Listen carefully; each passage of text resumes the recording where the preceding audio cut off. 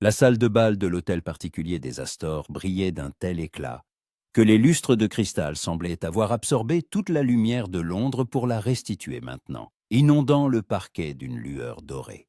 Dans un coin reculé, les musiciens accordaient leurs instruments. Les plaintes prolongées des violons se mêlaient au brouhaha des conversations et au froufroutement des étoffes précieuses. L'air était embaumé du parfum des lises, dont les inflorescences immaculées ornaient chaque colonne, chaque rebord de fenêtre, chaque recoin de la salle. Le père n'avait pas lésiné sur les moyens pour cette soirée. Les fiançailles de sa fille aînée, avec l'héritier du marquis de Somerset, étaient l'événement dont on parlerait toute la saison. Evelyne se tenait près d'une haute fenêtre, l'épaule appuyée contre le lourd rideau de velours, et observait les invités. Sa robe de mousseline bleu pâle, à la taille empire et aux courtes manches bouffantes, était élégante mais modeste. Aucune broderie, aucune dentelle, seulement un simple ruban de satin sous la poitrine. Auprès de Célina, elle s'était toujours sentie comme une ombre pâle, discrète, à laquelle personne ne prêtait attention. Et Célina, elle rayonnait. Sa robe couleur ivoire, brodée de fils d'argent et de perles, scintillait à chacun de ses mouvements. Ses boucles sombres étaient relevées en un chignon haut, dégageant un long cou orné d'un collier de diamants, cadeau de son fiancé. Elle se tenait au centre de la salle, entourée d'invités, et riait, d'un rire léger, cristallin, comme celui de ceux qui sont certains de leur emprise sur le monde. Près d'elle, légèrement en retrait, il se tenait, Lord Richard Somerset. C'était la première fois qu'Evelyne le voyait. Jusqu'alors, il n'avait été pour elle qu'un nom dans les lettres de son père, une figure évoquée lors des dîners, l'héritier du marquis, un parti avantageux, un avenir brillant. Mais maintenant, il était là, en chair et en os, et Evelyne ne pouvait détacher son regard. Il était grand, large d'épaules, avec la posture droite d'un militaire. Ses cheveux sombres, légèrement ondulés sur la nuque, étaient soigneusement coiffés en arrière. Son frac noir lui seyait à la perfection, et sa cravate immaculée était nouée avec cette élégance négligée que seule confère l'habitude du grand monde. Mais ce n'était pas sa tenue qui attirait l'attention. C'était son visage. Des traits nets, ciselés, des yeux sombres sous des sourcils droits, des lèvres fines pincées en une ligne presque imperceptible. Il était beau de cette beauté sévère et contenue, qui n'a nul besoin de sourire. Et il ne souriait presque jamais. Evelyne le remarqua aussitôt. Il se tenait aux côtés de Célina, saluait les invités de la tête, répondait aux questions, mais son visage restait impassible, presque froid. Ce n'est que lorsque quelqu'un prononçait une phrase particulièrement stupide qu'une esquisse de sourire apparaissait au coin de ses lèvres. Un sourire ironique, presque méprisant. Il se comportait avec l'assurance tranquille de celui qui connaît sa propre valeur et n'a pas besoin de l'approbation des autres. Evelyne, elle sursauta et se retourna. Sa mère se tenait près d'elle, le visage empourpré de mécontentement. « Pourquoi te caches-tu dans un coin? Va donc voir les invités. On dirait une parente pauvre lors de ta propre fête de famille. »« Pardonnez-moi, mère, » dit doucement Evelyne. « Tu quoi ?» Sa mère plissa les yeux. « Tu envies ta sœur. N'ose pas lui gâcher sa soirée avec ton air maussade. Célina a mérité ce bonheur. Elle est belle, intelligente, bien éduquée. Tandis que toi, » elle toisa sa fille d'un regard critique. « Tu devrais être reconnaissante de pouvoir assister à un tel événement. » Evelyne ravala le nœud qui lui serrait la gorge et hocha la tête. Sa mère tourna les talons et s'éloigna, le lourd velours bordeaux de sa robe bruissant sur le parquet.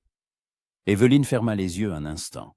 Elle n'était pas envieuse. Pas dans le sens où sa mère l'entendait. Elle voulait sincèrement le bonheur de Célina. Sa sœur aînée avait toujours été bonne avec elle, autant qu'une étoile peut être bienveillante envers son ombre. Célina n'avait jamais été cruelle. Simplement, elle ne remarquait pas. Elle ne remarquait pas Evelyne assise dans un coin du salon lorsque des prétendants venaient leur rendre visite. Elle ne remarquait pas que les maîtres de danse choisissaient toujours Célina pour les démonstrations. Elle ne remarquait pas que son père ne parlait de l'avenir que pour une seule de ses filles. La musique s'intensifia. La première danse allait commencer. Evelyn rouvrit les yeux et vit Lord Somerset tendre la main à Célina. Sa sœur posa sa paume sur la sienne, et ils s'avancèrent en tout centre de la salle. Les invités s'écartèrent, formant un cercle. C'était leur danse, celle des fiancés, et tous les regards étaient tournés vers eux. Leurs mouvements étaient impeccables. Célina semblait flotter, sa robe se déployant comme un nuage. Lord Somerset la menait avec assurance, mais sans passion, plutôt comme un devoir qu'il fallait accomplir avec dignité. Son visage restait impassible. Evelyn regardait, sentant quelque chose se serrer dans sa poitrine. Ce n'était pas de la jalousie, ni de l'envie. C'était autre chose, de plus triste. Elle observait cet homme, cet inconnu qui, dans quelques mois, ferait partie de leur famille, et pensait « Il est malheureux ». C'était un sentiment étrange, presque absurde. Comment pouvait-elle le savoir? Il était calme, réservé, poli, le fiancé idéal issu de la famille idéale. Mais il y avait un vide dans ses yeux. Ce même vide qu'Evelyn connaissait trop bien pour le voir dans son propre reflet. La danse s'acheva. Les invités applaudirent. Célina rit, une main sur le cœur, comme submergée par le bonheur. Lord Somerset s'inclina devant elle, brièvement, formellement, puis s'écarta. Et c'est alors qu'il leva les yeux. Leurs regards se croisèrent. Evelyn se figea. Elle ne pouvait plus bouger, incapable de détourner les yeux. De l'autre côté de la salle, il la fixait, et dans ses yeux sombres, quelque chose avait brillé. De la surprise, de la curiosité. Elle l'ignorait. Mais cela ne dura qu'un instant, avant que quelqu'un ne lui adresse la parole et qu'il ne tourne la tête. Evelyn recula, le dos contre le mur froid. Son cœur battait la chamade. C'était stupide, absolument stupide. Il avait simplement regardé dans sa direction par hasard. Rien de plus. La soirée s'étirait lentement. Evelyn tenta plusieurs fois de s'éclipser, mais chaque fois, un regard de sa mère la rappelait à l'ordre. Elle restait près du mur, répondant aux questions polies des rares invités qui lui accordaient un peu d'attention, et s'efforçait de ne pas regarder dans sa direction. Mais elle regardait, encore et encore. Il dansait avec d'autres dames, tour à tour, comme l'exigeait l'étiquette. Il discutait de domaines avec Lord Hunbury, sa voix basse et calme. Il parlait politique avec le père d'Evelyn qui hochait la tête en signe d'approbation. Le gendre parfait, le parti idéal.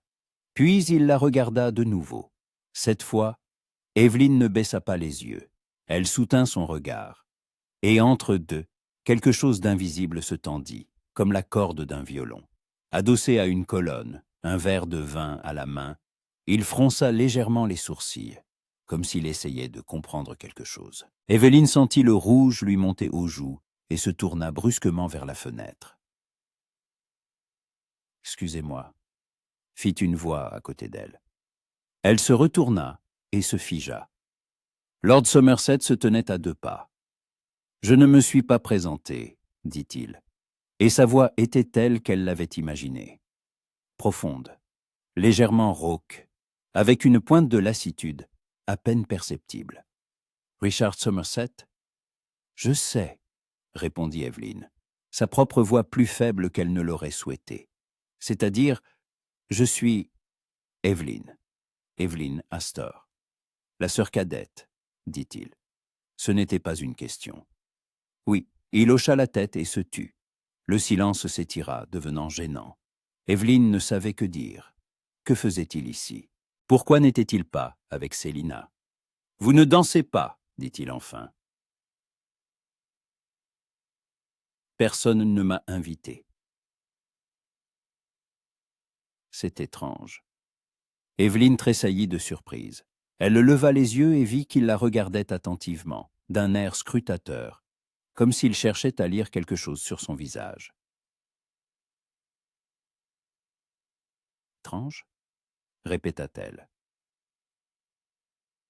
« Oui, dit-il en buvant une gorgée de vin. Habituellement, dans ce genre de bal, tout le monde danse, surtout les jeunes dames. Je... je n'aime pas beaucoup les bals, avoua Evelyne. Moi non plus. Elle cligna des yeux, ne s'attendant pas à une telle réponse. Il eut un demi-sourire, à peine esquissé du coin des lèvres. « Mais nous sommes tous les deux ici, » ajouta-t-il, « par devoir. »« Par devoir, » répéta-t-elle doucement. Il se tut de nouveau, le regard perdu au-delà d'elle, par la fenêtre où la nuit s'assombrissait. « Je vous ai déjà vu, » dit-il soudain, « il y a 3 semaines, à Hyde Park. Vous lisiez un livre sous un arbre. » Evelyne se figea. Elle se souvenait de ce jour. Célina était en visite, et elle s'était échappée au parc avec un recueil de poèmes de Byron. Personne n'était censé la voir. « Je ne pensais pas que quelqu'un m'avait remarqué, » murmura-t-elle. « Je vous ai remarqué. » Sa voix était étrange, plus froide comme avant, mais différente, plus chaude. Elle leva les yeux et vit qu'il la regardait comme personne ne l'avait jamais regardée. Attentivement, sérieusement, comme si elle n'était pas une ombre, pas la sœur cadette, mais une personne. « Richard !» retentit la voix cristalline de Célina. Ils sursautèrent tous les deux. Célina s'approchait, souriante, sa robe chatoyant à la lueur des bougies. « Te voilà, tout le monde te cherche. Lord Bentley veut discuter de la chasse de l'année prochaine, et Père te demande de le rejoindre. » Elle remarqua Evelyne et fronça légèrement les sourcils. « Evie, pourquoi restes-tu encore dans ton coin? Va voir tante Béatrice, elle demandait de tes nouvelles. »« Oui, bien sûr. » Evelyne baissa les yeux, mais avant qu'elle ait pu s'éloigner, Lord Somerset prit la parole. « Lady Célina, puis-je vous demander la permission d'inviter votre sœur pour la prochaine danse ?» Un silence s'installa. Célina cligna des yeux, manifestement déconcertée par la question. Evelyne sentit le sol se dérober sous ses pieds. « Ma sœur ?» répéta Célina, la voix teintée d'incompréhension. « Mais, bien sûr, si tu le souhaites. » Evie danse assez bien qu'elle ne fréquente pas souvent les bals. « Je vous remercie. » Il se tourna vers Evelyne et lui tendit la main. Elle fixa sa paume, incapable de bouger. C'était inconvenant, c'était trop étrange. Pourquoi voulait-il danser avec elle? Mais elle posa sa main dans la sienne. Ses doigts étaient chauds et fermes.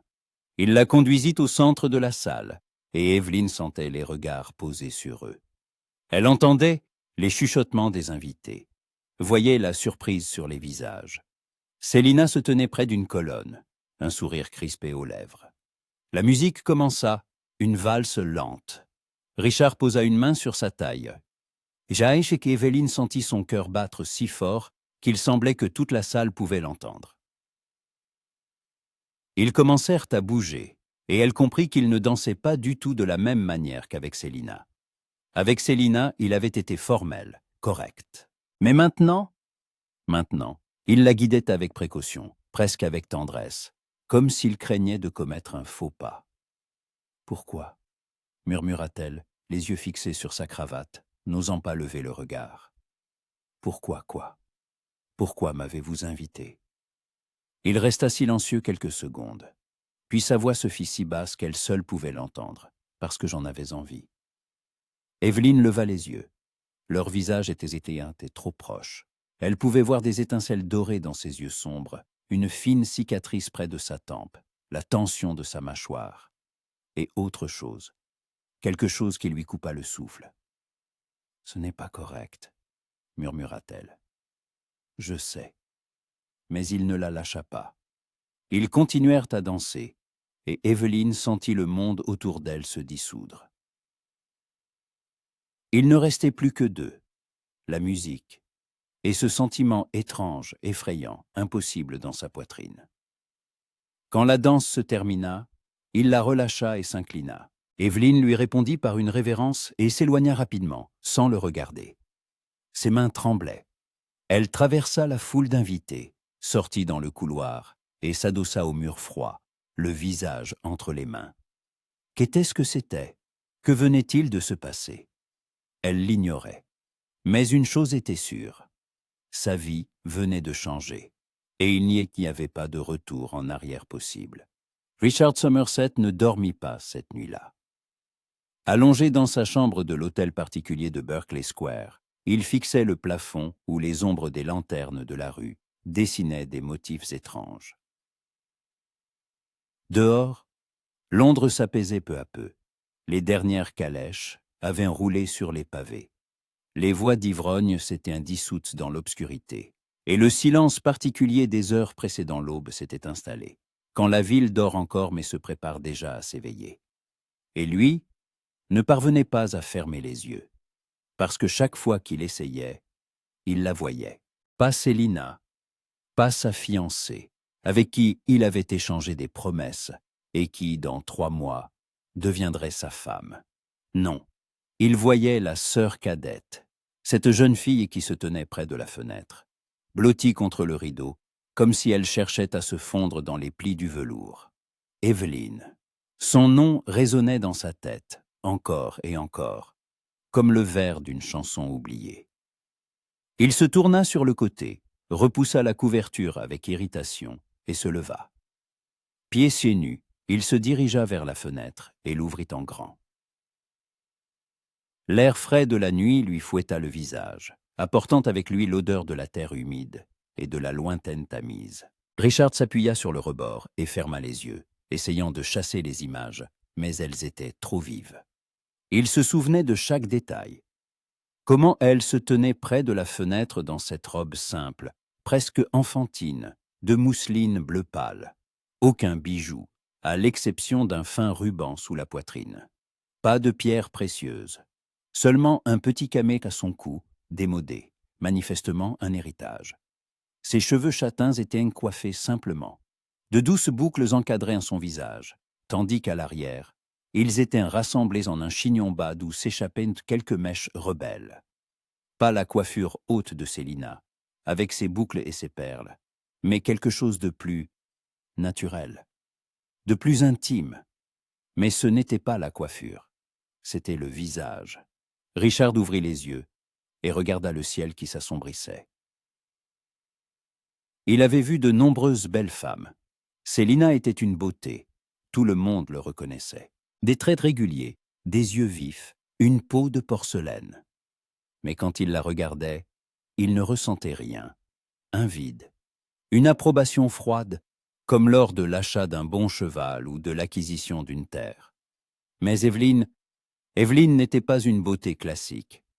Son visage était trop pâle, presque transparent, avec une légère rougeur sur les pommettes qui apparaissaient et disparaissaient lorsqu'elle y était troublée. Son nez était droit, avec une discrète constellation de taches de rousseur sur l'arête. Un détail que la haute société aurait considéré comme un défaut à dissimuler sous la poudre. Ses lèvres étaient fines, mais aux courbes douces, et quand elle parlait, sa lèvre inférieure tremblait légèrement, trahissant son émoi.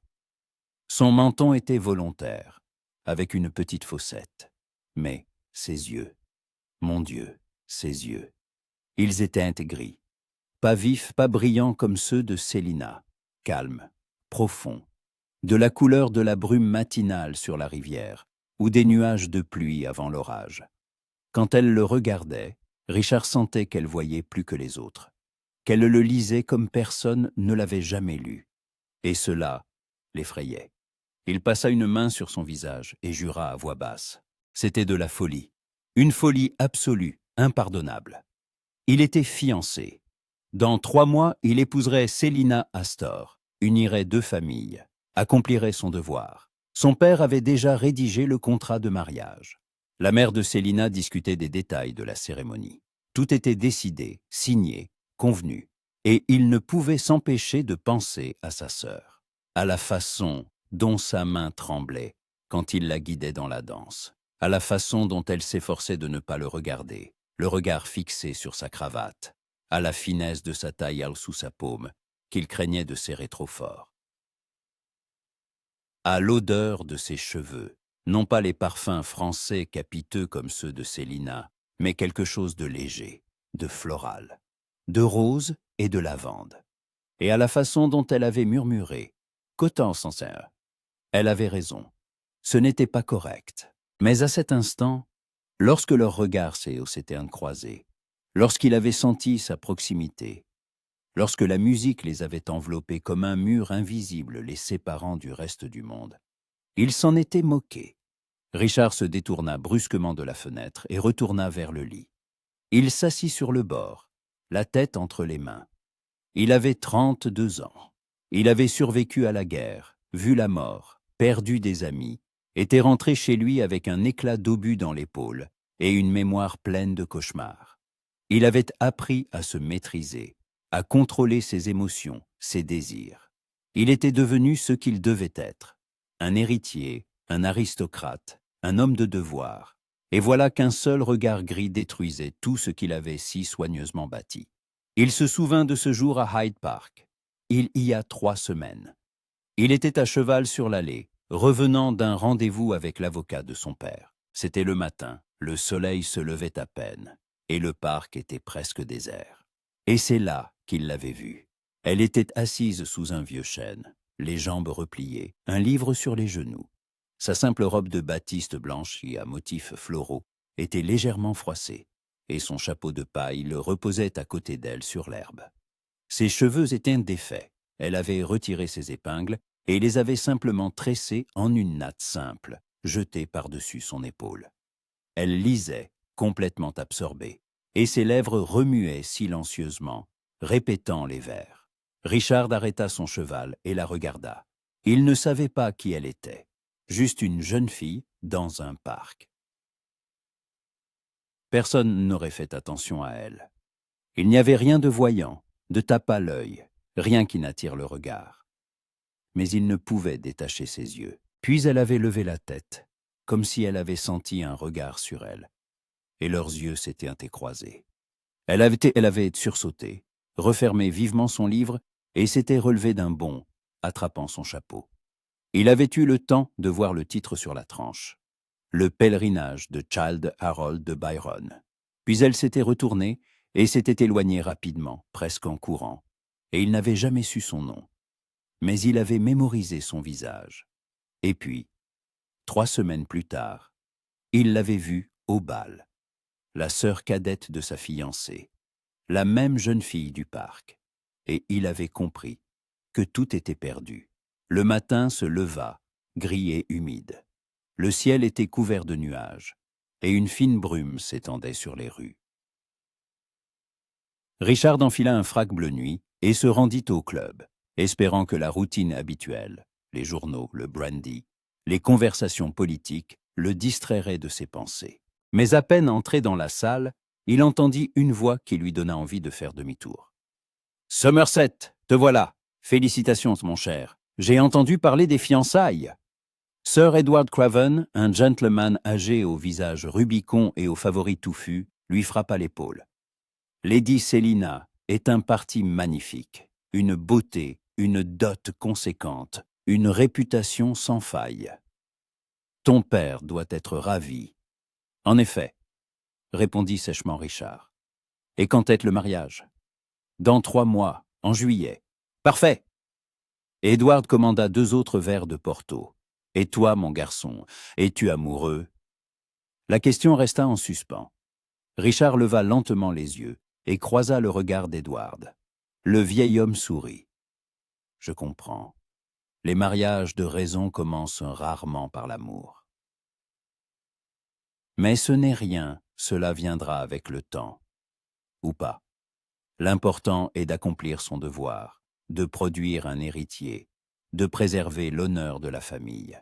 Tout le reste? Il haussa les épaules. Eh bien, les hommes ont leurs propres moyens de tromper l'ennui. Richard serra les mâchoires. Il savait de quoi parlait Edward. Les maîtresses, les actrices de théâtre, les courtisanes. La plupart des aristocrates vivaient ainsi. Une femme pour la lignée, une maîtresse pour le plaisir. Son propre père ne cachait pas ses liaisons. Sa mère le savait et se taisait, car c'était la coutume. Mais l'idée de vivre ainsi donnait la nausée à Richard. « Je ne cherche pas de moyen de tromper l'ennui, dit-il doucement. Je cherche autre chose. » Quoi donc? Richard but son vin et posa son verre sur la table. Si seulement je le savais, dit-il en se levant. Je vous demande pardon, Edward. Je dois y aller. Il quitta le club sans attendre la réponse. Dehors, une fine brune tombait. Richard releva le col de son frac et se mit à marcher, sans savoir où. Il marchait, sentant les gouttes froides se déposer sur son visage. Et c'est alors qu'il la vit.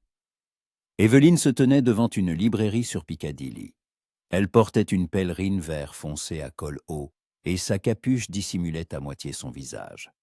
Elle tenait un livre ouvert et lisait, debout sous la pluie, comme si elle ne la remarquait pas. Richard s'arrêta à quelques pas, incapable de bouger. Elle tourna une page, et un léger sourire se dessina sur ses lèvres. Il ne l'avait jamais vue sourire. Au bal, elle était si tendue, si sur la défensive. Mais maintenant, seule, avec un livre, elle avait l'air heureuse. Lady Evelyn, appela-t-il avant de pouvoir se retenir. Elle sursauta et se retourna brusquement. Le livre lui glissa des mains et tomba dans une flaque. Evelyn poussa un cri et se pencha pour le ramasser. Mais Richard la devança. Il ramassa le volume et l'essuya avec la manche de son frac. La couverture était trempée, mais les pages étaient intactes. Lettre sur la botanique à une dame de Rousseau. « Pardon, dit Evelyn en tendant la main, je ne voulais pas... Vous m'avez fait peur. C'est moi qui devrais m'excuser, dit-il en lui rendant le livre. Je n'aurais pas dû approcher si soudainement. Elle prit le volume, le serrant contre sa poitrine, et pendant quelques secondes, ils restèrent mouchacla à se regarder. La pluie redoubla d'intensité. L'eau coulait le long de la capuche de sa pèlerine, gouttait sur son nez, et elle l'essuya d'un geste agacé. « Vous aimez la botanique ?» demanda Richard, ne sachant que dire d'autre. « Oui, dit-elle en baissant les yeux. C'est-à-dire, je m'intéresse aux plantes, à leur structure, à leur vie. C'est apaisant. » Apaisance. Elles n'exigeant rien en retour. Elles poussent, c'est tout. Elles vivent, sans intrigue ni faux semblant. Richard sentit quelque chose se serrer dans sa poitrine. Il connaissait ce sentiment. Il le connaissait trop bien. « Vous êtes seul ?» demanda-t-il en regardant autour de lui. « Où est votre chaperon ?» Miss Reynolds attend dans la voiture. Elle a mal aux jambes, et je lui ai permis d'y rester. Je voulais juste... Elle hésita. Je voulais être un peu seule. Je comprends. De nouveau le silence. La pluie tombait plus fort, et Richard réalisa qu'ils étaient tous les deux trempés jusqu'aux os. « Permettez-moi de vous raccompagner à votre voiture, » dit-il. « Non, ce n'est pas la peine, Lady Evelyn, sa voix se fit plus ferme. « Vous êtes trempée. Votre voiture est loin ?» Elle secoua la tête. « Au coin de la rue, sur Jermyn Street. » Il lui offrit son bras. Elle hésita, puis l'accepta avec précaution. Ils marchèrent en silence, et Richard sentit la chaleur de sa paume même à travers les gants. Les rues étaient presque désertes. Toutes les personnes sensées s'étaient abritées de la pluie. Seuls eux deux marchaient sur les pavés mouillés, et leurs pas résonnaient solitairement dans le silence. « Lord Somerset, dit-elle doucement sans le regarder. Cette danse au bal, s'il vous plaît, ne recommencez plus. » Il s'arrêta. Elle aussi. « Pourquoi ?» demanda-t-il. Evelyne leva les yeux, et dans son regard gris, il vit de la peur. Pas une peur ordinaire, mais quelque chose de plus grand. Du désespoir. Parce que les gens parlent. Ma mère m'a déjà demandé pourquoi vous m'aviez invité. Céline a ri, mais j'ai vu qu'elle était surprise. Vous ne devriez pas, nous ne devrions pas quoi? Être ici, comme ça, tous les deux. Richard fit un pas vers elle. La pluie tombait entre eux, mais elle semblait ne pas exister. Et pourtant, nous sommes là, dit-il doucement. C'est une erreur. Je sais. Alors pourquoi? Parce que je ne peux pas. murmura-t-il presque. Je ne peux cesser de penser à vous. Evelyne blêmit. Ses lèvres s'entr'ouvrirent. Mais elle ne dit rien. Elle se contenta de le regarder avec de grands yeux, où se lisait le même tourment que dans son âme. « Vous ne pouvez pas dire de telles choses, » murmura-t-elle enfin. « Vous allez épouser ma sœur. Je sais. Alors s'oubliez-moi. S'il vous plaît. » Elle retira sa main et se mit à courir. Richard la regarda disparaître au coin de la rue, sa silhouette vert foncé se dissolvant dans la brume grise de la pluie, et il ne la suivit pas, parce qu'elle avait raison. Il devait oublier. Il devait retourner à sa fiancée parfaite, à son mariage parfait, à sa vie parfaite et vide. Mais le cœur n'écoutait pas la raison. Et Richard Somerset comprit que, pour la première fois en 10 ans, il ressentait vraiment quelque chose. 2 semaines s'écoulèrent. 14 jours durant lesquels Evelyne ne vit pas Lord Somerset.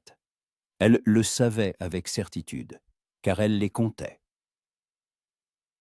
Elle comptait les jours, les heures, les minutes depuis cette rencontre sous la pluie, où il avait dit ce qu'il n'aurait pas dû dire, des mots qu'elle essayait d'oublier, mais qui résonnaient dans sa tête, encore et encore, comme une mélodie entêtante. « Je ne peux cesser de penser à vous. » Elle était assise dans le petit salon de l'hôtel particulier des Astors, feignant de broder.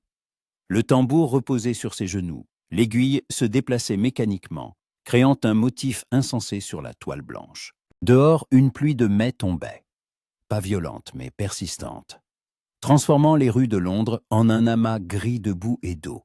Dans la cheminée, les bûches crépitaient, emplissant la pièce d'une odeur de fumée et de résine. En face, dans un fauteuil près de la fenêtre, se tenait Célina. Elle parcourait un catalogue de robes de mariée, montrant de temps à autre, à leur mère, les modèles qui lui plaisaient particulièrement. Sa robe de mousseline lilas à manches longues et col de dentelle blanche était neuve, commandée spécialement chez Madame Duval, sur Bond Street. Ses cheveux étaient arrangés en une construction complexe de boucles entrelacées, de rubans de satin. Elle était parfaite, comme toujours. « Evie, regarde » dit Célina en lui tendant une page du catalogue. « Que penses-tu de cette robe? Pas trop de dentelle. » Evelyne leva les yeux. L'image montrait une robe de mariée en satin blanc, brodée de perles et de fils d'argent, avec une longue traîne et un voile parsemé de petits diamants. « C'est magnifique, » dit-elle, sa voix plus égale qu'elle ne l'aurait cru. « Mais... » Célina plissa les yeux. « J'entends un « mais » dans ta voix. Il n'y a pas de « ou son affaire ». C'est vraiment magnifique. Richard ne l'a pas encore vue, bien sûr. Le fiancé ne doit pas voir la robe avant le mariage. C'est un mauvais présage. Célina rit et posa le catalogue. Bien qu'il ne voie pas grand-chose ces derniers temps, je ne l'ai pas vu depuis presque 2 semaines. Il a envoyé un mot disant qu'il était occupé par les affaires du domaine de son père. Elle fronça les sourcils. C'est étrange. D'habitude, les fiancés sont plus attentionnés. Evelyne se piqua le doigt avec l'aiguille. Une goutte de sang perla sur sa peau vive et rouge. Elle porta rapidement le doigt à sa bouche, sentant un goût métallique. « Il est peut-être réellement occupé, » dit leur mère, sans lever les yeux de la lettre qu'elle lisait. La gestion d'un domaine prend du temps, et Lord Somerset est un homme responsable. « C'est quand même étrange, » murmura Célina. « Nous sommes fiancés depuis 1 mois, et il se comporte comme si nous nous connaissions à peine. À ce bal, il était distant, poli, mais froid. » Elle regarda Evelyne. « Tu as dansé avec lui, n'est-ce pas? Comment l'as-tu trouvé ?» Evelyne se figea. Son cœur battit si fort qu'il semblait que toute la maison pouvait l'entendre. « Je ne sais pas, » dit-elle en baissant les yeux sur sa broderie. « Nous n'avons presque pas parlé. Il parle peu en général, mais... » Célina se tut, faisant tournoyer son éventail. « Parfois, j'ai l'impression qu'il est malheureux, comme si on l'avait forcé à se marier. Mais c'est stupide, n'est-ce pas? Notre mariage est avantageux pour nos 2 familles. Son père a approuvé, mon père est ravi, tout est parfait. Alors pourquoi t'inquiétais-tu? Demanda sa mère, détachant enfin son regard de la lettre. Célina haussa les épaules. Je ne sais pas. C'est juste une impression, comme si quelque chose n'allait pas. Evelyne serra si fort le tambour que ses jointures blanchirent. Mamate. Elle ne pouvait plus rester assise là, à écouter Célina parler de lui, du mariage, d'un avenir qui n'existerait pas. Ou qui existerait, mais sans elle. Elle se leva, laissant tomber sa broderie sur le sol. « Pardonnez-moi, j'ai mal à la tête. Je vais m'allonger un peu. » Encore des maux de tête? Sa mère fronça les sourcils. « Tu devrais prendre l'air plus souvent. Tu passes trop de temps avec tes livres. »« Oui, mère. » Evelyne quitta le salon, refermant la porte derrière elle. Le couloir était frais et silencieux. Elle s'adossa au mur, fermant les yeux, essayant de reprendre une respiration normale. 2 semaines, 14 jours.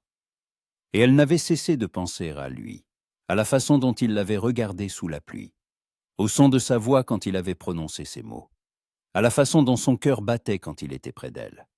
C'était de la folie, une folie dangereuse, destructrice.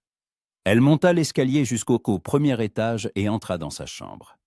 Petite, modeste, avec une unique fenêtre donnant sur la cour intérieure. Rien de comparable à la spacieuse chambre de Célina, avec ses rideaux de soie et ses meubles français. Mais Evelyne aimait cet espace. Ici, elle pouvait être elle-même. Elle s'approcha de la fenêtre et regarda en bas. La pluie tombait toujours, transformant la cour en un petit lac. Le vieux pommier dans le coin balançait ses branches, laissant tomber ses derniers pétales blancs. Bientôt viendrait l'été, chaud et poussiéreux. Et la société londonienne se disperserait dans les domaines de campagne. Et en juillet, Célina deviendrait l'épouse de Richard Somerset. Et elle, qu'adviendrait-il d'elle? Elle resterait ici, une ombre, la sœur cadette, une vieille fille que personne ne remarque. Elle assisterait au dîner de famille, les verrait ensemble, sourirait quand Célina parlerait de sa vie conjugale heureuse. Et chaque fois, cela la tuerait un peu plus. La lettre arriva le lendemain. Evelyne reconnut immédiatement l'écriture. Des lettres larges et nettes sur l'enveloppe. La lettre était adressée à toute la famille Astor. Elle la prit sur le plateau d'argent dans le hall, sentant ses mains trembler. Sa mère ouvrit l'enveloppe et au petit déjeuner. Elle lut à voix haute. Le marquis et la marquise de Somerset invitent la famille Astor à passer le week-end dans leur domaine de Willowbrook, dans le comté de Kent. Nous serions ravis de vous accueillir ce vendredi, avec nos profonds respects. La marquise Eleanor Somerset. Et Willowbrook, s'exclama Célina, laissant tomber sa cuillère à thé. C'est leur domaine familial. Richard m'en a parlé. On dit qu'il y tient un jardin magnifique et un lac avec des cygnes. Une excellente occasion de mieux connaître la famille, approuva sa mère. Et pour toi, Célina, il est important de voir la maison où tu vivras. Dois-je y aller aussi? Demanda doucement Evelyne. Tous les regards se tournèrent vers elle. Bien sûr que tu dois y aller, dit sèchement son père, levant pour la première fois les yeux de son journal. L'invitation était pour toute la famille. Ce serait un manque de respect si tu restais. Mais pas de sans-côte, Anne, Evelyne. Tu iras. Et tâche d'avoir une apparence convenable. Je ne veux pas que les Somerset pensent que nous ne savons pas éduquer nos filles. Evelyne baissa les yeux sur son assiette. Le morceau de pain grillé au beurre refroidissait, intact. Elle ne pouvait plus manger. Le vendredi arriva trop vite. Ils partirent tôt le matin, alors qu'un brouillard flottait encore sur Londres. 2 voitures, une pour les parents et Célina, l'autre pour Evelyne et sa chaperonne, Miss Reynolds, une femme âgée à l'expression éternellement maussade. Le trajet dura 4 heures. D'abord, les pavés caouteux, puis des routes de terre, poussiéreuses et inégales. Miss Reynolds dormit tout le long du chemin, ronflant doucement dans son coin. Evelyne regardait par la fenêtre. Londres était derrière eux, et maintenant s'étendaient des collines verdoyantes, des bosquets, des hameaux aux minuscules maisons aux toits de chaume. Une odeur d'herbes fraîchement coupées et de fleurs sauvages flottait dans l'air.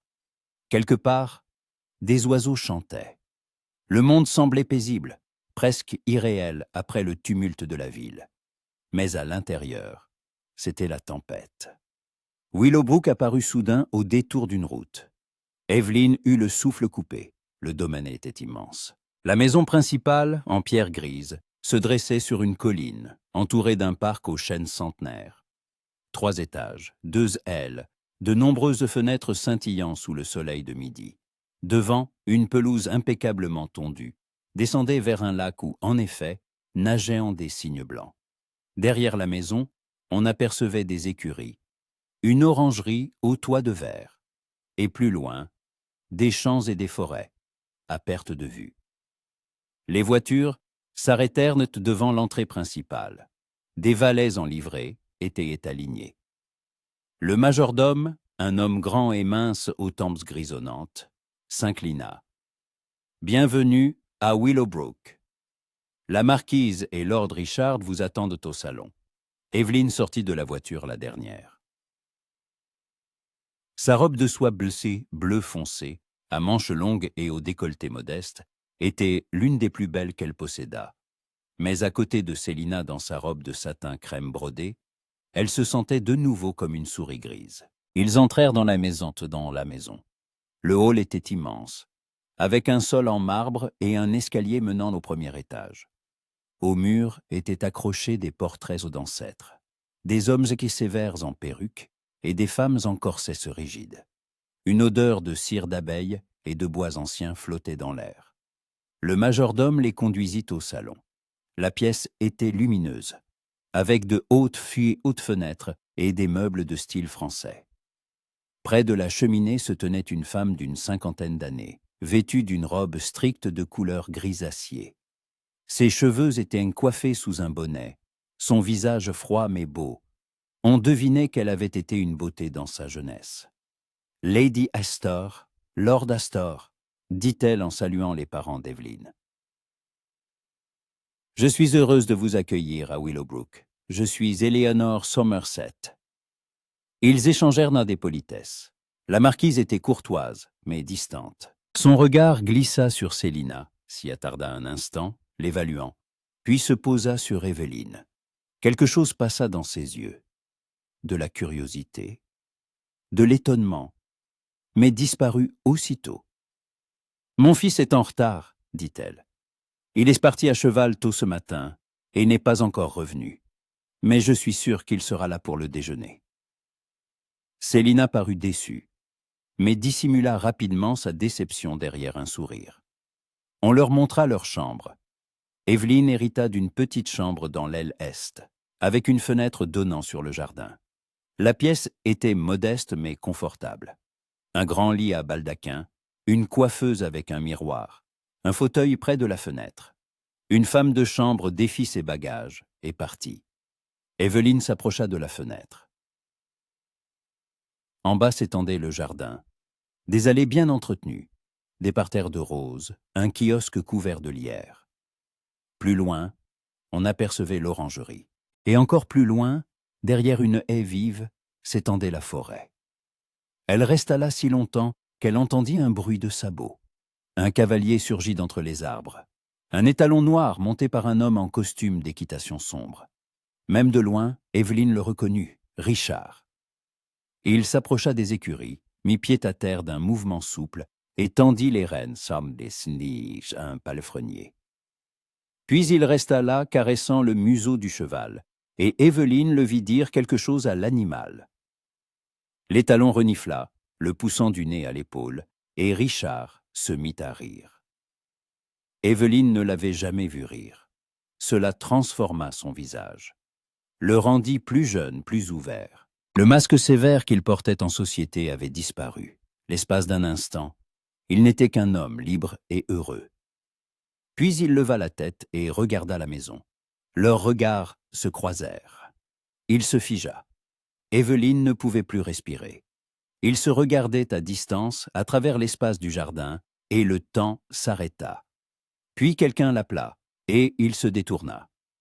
Evelyne recula de la fenêtre, une main sur sa poitrine. Son cœur battait à lui faire mal. Mon Dieu, que faisait-elle? Que lui arrivait-il? Le déjeuner fut une torture. Ils étaient réunis dans la salle à manger, une longue table en chêne sombre, des chandeliers en argent, de la porcelaine aux armoiries des Somerset. Le marquis, père de Richard, était un homme silencieux aux cheveux gris et au regard perçant. Il était assis en bout de table et parlait peu, écoutant principalement la conversation des dames. Richard était assis en face d'Evelyne. Il s'était changé. Il portait maintenant un frac noir, une cravate blanche, ses cheveux encore humides. Il paraissait réservé, presque froid. Il ne la regardait pas. Pas du tout. Célina était assise à côté de lui, bavardant sur Londres, la mode, le mariage à venir. Richard hochait la tête, répondait par monosyllabes, mais sa voix semblait mécanique. « Aimez-vous l'équitation, Lord Somerset » demanda la mère d'Evelyne. « Oui, » dit-il en buvant son vin. « C'est la seule activité qui me permette de réfléchir. »« À quoi pensez-vous » demanda Célina à l'improviste. Richard leva les yeux et, pour la première fois du repas, regarda droit devant lui, mais pas vers Célina, vers Evelyne. « À des choses auxquelles je ne devrais pas, » dit-il doucement. Un silence tomba. Tous le regardaient. La marquise fronça les sourcils. Le père d'Evelyne s'éclaircit la gorge. « Les jeunes gens pensent toujours beaucoup, » dit-il en riant d'un air forcé. « Cela passe avec l'âge. » La conversation reprit, mais Evelyne n'entendait plus les mots. Elle fixait son assiette, sentant le sang battre ses tempes. Après le déjeuner, chacun se retira pour se reposer avant le dîner. Evelyne retourna dans sa chambre, mais ne put tenir en place. Elle fit les 100 pas, puis attrapa un châle et sortit dans le couloir. La maison était silencieuse, tout le monde se reposait. Elle descendit l'escalier et sortit par une porte latérale dans le jardin. L'air était chaud et humide, embaumant la rose et l'herbe fraîchement coupée. Evelyne marchait le long d'une allée, sans savoir où aller. Elle marchait, essayant de se calmer, de remettre de l'ordre dans ses pensées. Et c'est alors qu'elle entendit une voix, Lady Evelyne. Elle se retourna brusquement. Richard se tenait près du kiosque, toujours en frac, mais sa cravate était dénouée et ses cheveux en désordre, comme s'il y avait passé la main. Lord Somerset, sa voix tremblait. « Je ne savais pas que vous étiez là. Je vous attendais. » Elle se figea. « Vous m'attendiez » Il fit un pas vers elle. « Je vous ai vu sortir de la maison. Je vous ai suivi. » Il se tut, la regardant. « Je dois vous parler. Nous n'avons rien à nous dire. » « Evelyne, ne m'appelez pas ainsi, dit-elle en reculant. Ce n'est pas correct. »« Je sais. » Sa voix se brisa. « Mon Dieu, je sais que ce n'est pas correct, mais je ne peux plus me taire. Ces 2 semaines, je pensais que la distance aiderait, que si je ne vous voyais plus, tout passerait. Mais ce n'est pas passé. C'est devenu pire. » Evelyne sentit les larmes lui monter aux yeux. « Vous ne devriez pas me dire cela. Vous êtes fiancé à ma sœur. » « Croyez-vous que je l'ignore » dit-il en passant une main sur son visage. « Je m'en souviens à chaque seconde. Et à chaque seconde, je me déteste pour ce que je ressens. »« Alors, arrêtez !» cria-t-elle presque. « Arrêtez avant qu'il ne soit trop tard. Épousez Célina. Oubliez-moi. Je partirai. Je demanderai à mon père de m'envoyer chez ma tante dans le Devonshire. Vous n'aurez plus à me voir. Simplement, arrêtez. » Richard la regardait, et il y avait une telle douleur dans ses yeux qu'elle en eut le souffle coupé. « Je ne peux pas, » murmura-t-il, « même si vous partiez au bout du monde, même si je ne vous revoyais plus jamais, je ne pourrais pas oublier. Parce que vous... » Il fit un autre pas, et il n'y avait plus que quelques centimètres entre eux. « Vous êtes la seule chose authentique qui me soit arrivée ces 10 dernières années. » Evelyne suffoqua. Il leva la main, lentement, avec précaution, et lui toucha la joue. Le contact fut léger, presque immatériel, mais il la brûla. « Richard », murmura-t-elle, prononçant son nom pour la première fois. Il se pencha vers elle. Son souffle effleura ses lèvres. Encore un instant, et « Richard, où es-tu » La voix de Célina déchira l'instant comme un coup de fouet. Ils s'écartèrent brusquement l'un de l'autre. Richard se retourna vivement, dissimulant son visage. Evelyne porta une main à sa bouche, essayant de retenir un sanglot. Célina apparut au détour de l'allée. Sa robe d'organdi rose flottait. Un chapeau de paille à ruban sur la tête. « Te voilà », dit-elle en souriant. « Je te cherchais. Ta mère dit que nous devons discuter de la liste des invités pour... » Elle s'interrompit en remarquant Evelyne. « Evie, que fais-tu ici ?»« Je me promenais », prononça Evelyne d'une voix à peine audible. Célina la regarda, puis regarda Richard. Quelque chose passa dans ses yeux. Un soupçon. Seul ? Oui, j'avais juste besoin d'air.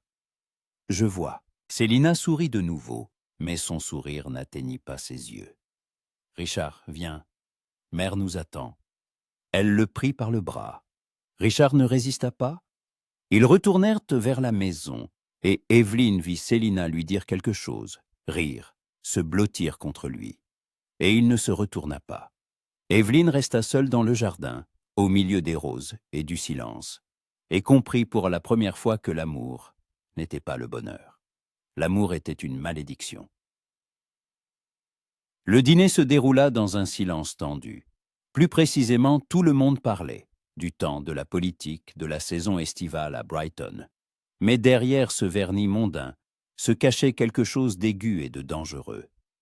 Evelyne le sentait dans sa peau, dans chaque nerf. Elle était assise, piquant du bout de sa fourchette un canard rôti à la sauce orange, et s'efforçait de ne pas regarder vers Richard. Mais elle sentait son regard, constamment. Il lui brûlait la nuque, les épaules, les bras.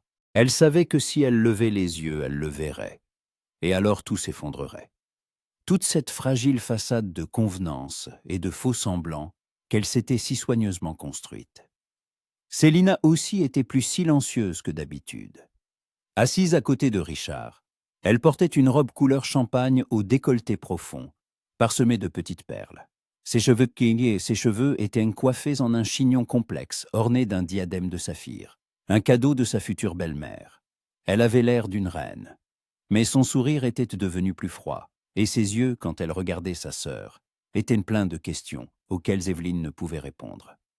Lady Evelyne, la voix de la marquise Eleanor, la fit sursauter. « J'ai entendu dire que vous vous intéressiez à la botanique. » Tous les regards se tournèrent vers elle. Evelyne sentit le rouge lui monter aux joues. « Oui, milady, » répondit-elle doucement, c'est-à-dire, c'est plutôt un passe-temps qu'une étude sérieuse. « Quelle modestie » dit la marquise, avec une légère ironie. Mon jardinier, Tomkins, a mentionné avoir vu une jeune dame dans notre orangerie aujourd'hui. Je suppose que c'était vous ? Evelyne baissa les yeux. Après cette rencontre dans le jardin, elle n'avait pu retourner à la maison. Elle avait erré sur le domaine et était tombée sur l'orangerie, un immense bâtiment de verre rempli de plantes exotiques. Elle y était entrée, espérant que la solitude et le silence apaiseraient sans doute la tempête dans son âme. « Pardonnez-moi si j'ai enfreint quelques règles, » murmura-t-elle. « Je ne voulais pas... » « Au contraire, » dit la marquise en buvant son vin. « Je suis heureuse que quelqu'un apprécie ma collection. La plupart des invités trouvent notre orangerie ennuyeuse. » Elle regarda Célina et il y avait quelque chose d'évaluateur dans ce regard. « Vous intéressez-vous aussi aux plantes, Lady Célina ?»« Oh non, » dit Célina en riant. Mais son rire sonna faux. « Je préfère admirer les fleurs dans des vases. Fouiller la terre et étudier les racines, ce n'est pas pour moi. »« Je vois, » dit la marquise en hochant la tête, sans rien ajouter. Mais Evelyne sentit l'atmosphère se refroidir encore. Après le dîner, les dames se retirèrent au salon de musique, laissant les hommes avec leurs portos et leurs cigares. La pièce était raffinée, mur crème, moulure dorée, un grand pianoforte près de la fenêtre, une harpe dans un coin. Le feu brûlait dans la cheminée, bien que la soirée fût douce, et une odeur d'huile de rose émanait des lampes. « Lady Célina, vous jouez du piano, n'est-ce pas ?» demanda la marquise en s'installant dans un fauteuil. « Oui, milady, » dit Célina, rayonnante. « Enfin, une occasion de briller. J'ai eu pour professeur le signor Venturi, d'Italie. Alors, permettez-nous de vous écouter. » Célina s'approcha de l'instrument, s'assit, arrangea ses jupes. Ses doigts coururent sur les touches, et une mélodie de Mozart s'éleva. Techniquement parfaite, rapide, brillante. Elle jouait bien, c'était évident. Chaque note était juste, chaque accord pur. Mais la musique n'avait pas d'âme. Evelyne écoutait, blottie au fond du canapé, et pensait que cela ressemblait à Célina elle-même. Belle à l'extérieur, vide à l'intérieur. Non, c'était injuste. Célina n'était pas mauvaise, elle était simplement différente. Elle vivait dans un monde où la forme importait plus que le fond. La mélodie s'acheva. Tout le monde applaudit. Célina s'inclina, radieuse. « Magnifique !» dit la marquise, mais sans enthousiasme dans la voix. « Et vous, Lady Evelyne, jouez-vous ?»« Un peu, » dit Evelyne en essayant de sourire. « Mais pas aussi bien que Célina.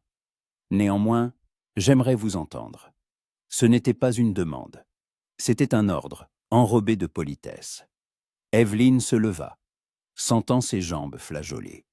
Elle s'approcha du piano, s'assit sur le banc encore chaud et posa les mains sur les touches. Que jouer? Son répertoire était modeste.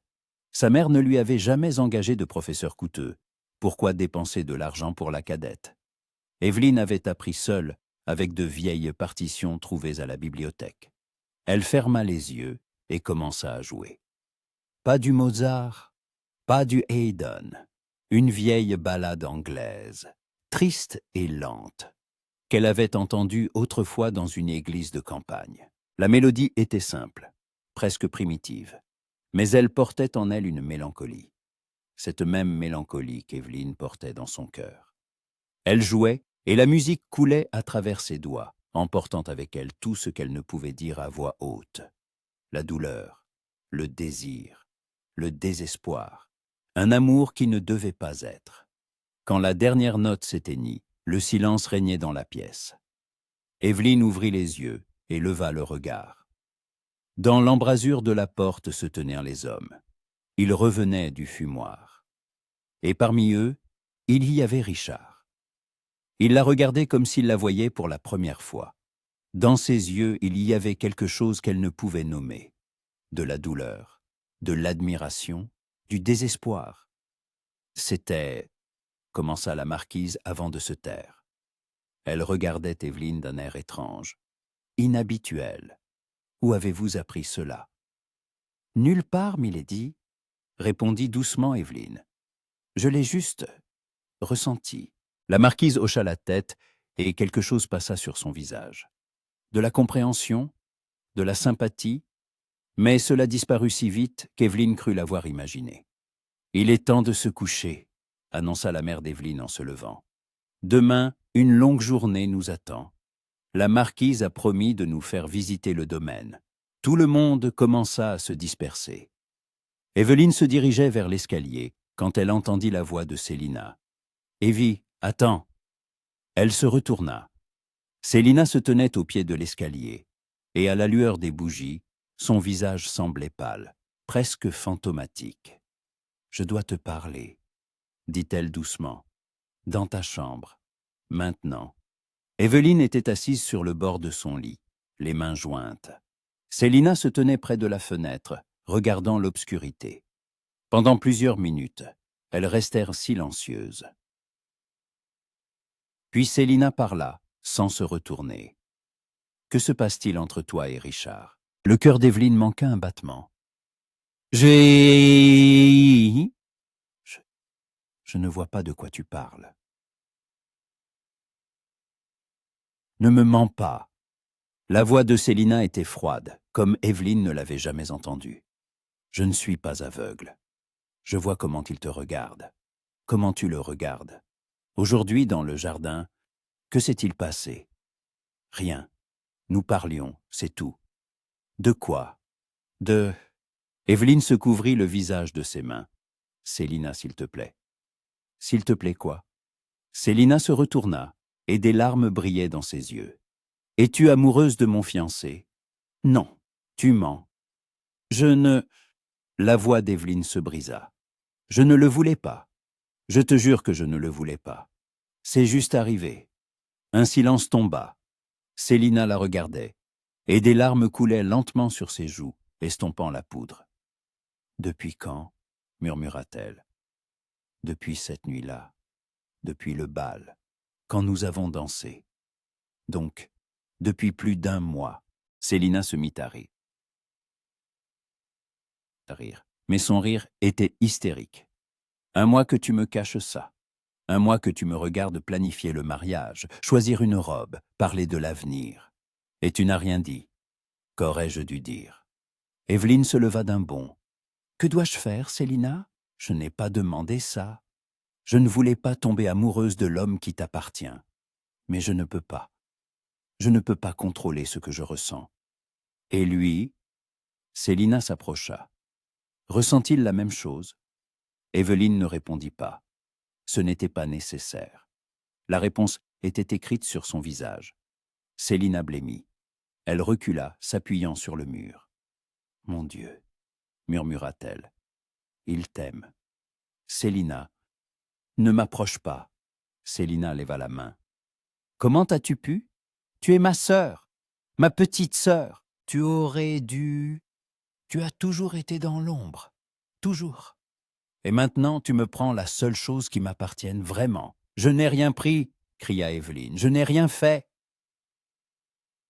J'ai essayé de rester à l'écart, d'oublier, d'être une bonne sœur, mais ça ne marche pas. Tu veux que je disparaisse? Très bien, je partirai. Dès demain, je partirai, et je ne reviendrai jamais. » « Ça ne servira à rien, » dit Célina en riant à travers ses larmes. « Même si tu pars, il ne m'aimera pas. Il pensera à toi, toujours, et je le saurai. Chaque fois qu'il me touchera, je saurai qu'il t'imagine, toi. » Evelyne se couvrit la bouche de sa main pour étouffer un sanglot. « Je suis désolée, » murmura-t-elle. « Je suis tellement désolée, Célina. » Célina la regarda longuement, puis elle essuya ses larmes et se redressa. Son visage devint froid, impénétrable. « Demain, nous retournons à Londres, » dit-elle d'une voix égale. « Je dirai à mère que je ne me sens pas bien. Dans 1 semaine, Richard et moi nous marierons. Pas dans 3 mois, mais dans 1 semaine. Je parlerai à sa mère et nous accélérerons les préparatifs. » « Quoi? Mais... » « Et toi ?» dit Célina en se dirigeant vers la porte. « Tu cesseras d'exister pour moi. Tu n'es plus ma sœur. Après le mariage, je ne veux plus jamais te voir. » Elle sortit en claquant la porte. Evelyne s'effondra sur le lit et éclata en sanglots. Elle ne savait pas combien de temps s'était écoulé. Peut-être 1 heure, peut-être plus. Les larmes avaient séché, mais la douleur restait, lourde, oppressante, comme une pierre sur sa poitrine. Evelyne se leva et s'approcha de la fenêtre.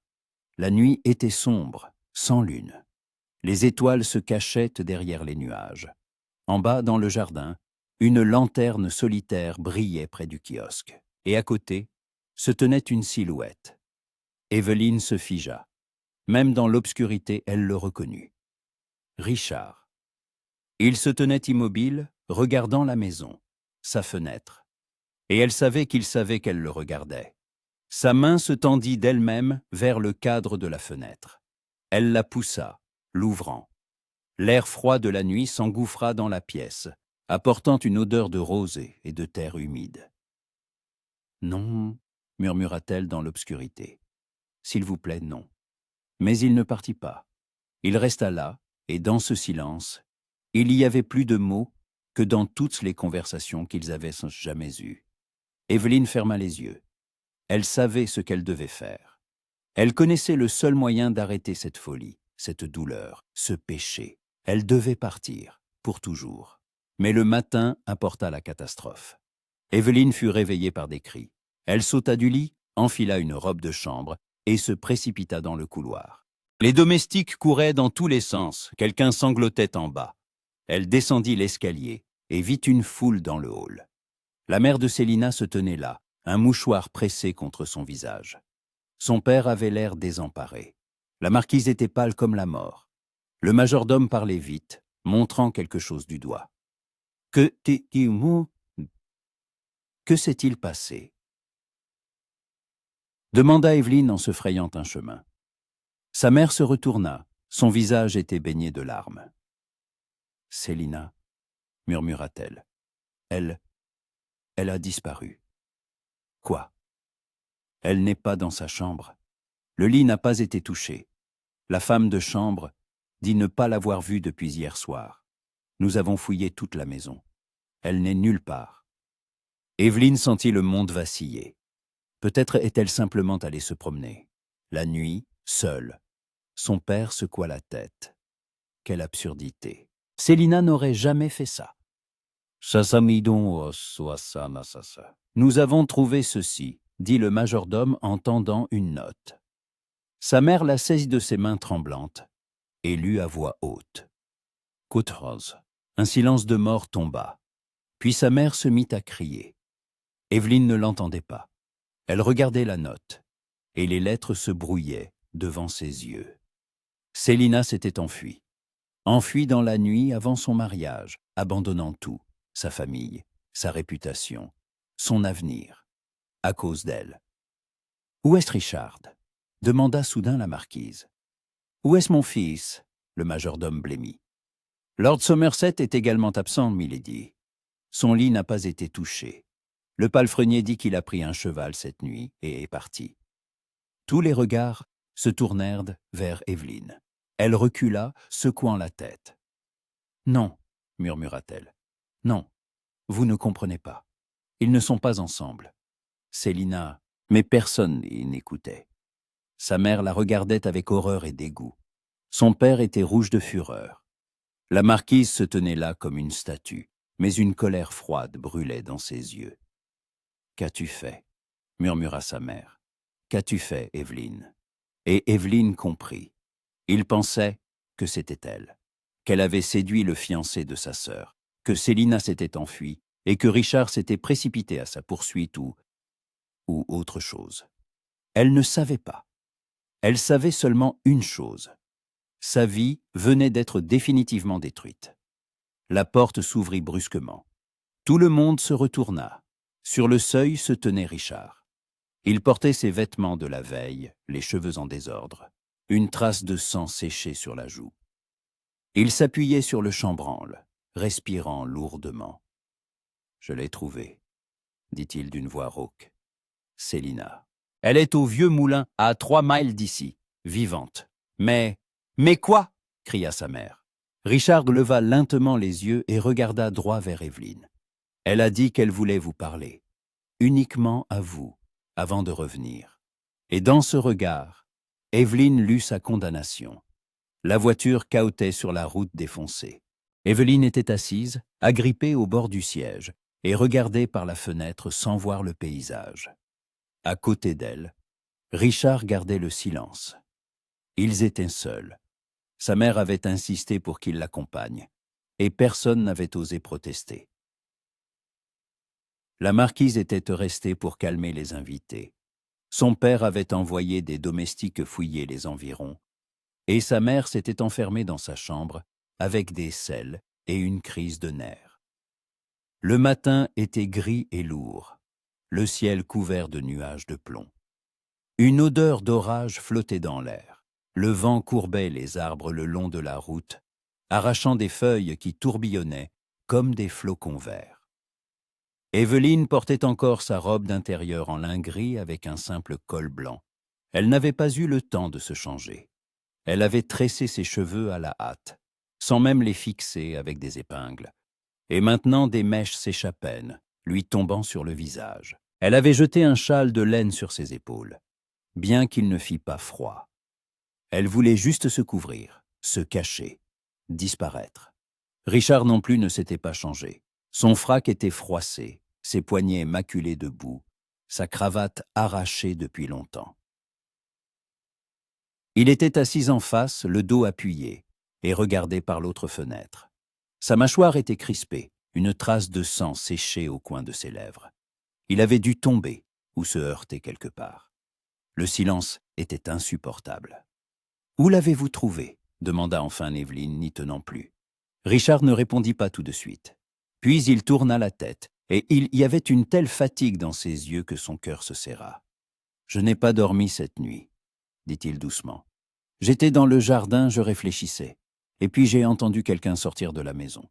J'ai pensé... » Il s'interrompit. « J'ai pensé que c'était vous. » Evelyn baissa les yeux. « Mais c'était Célina, » continua-t-il.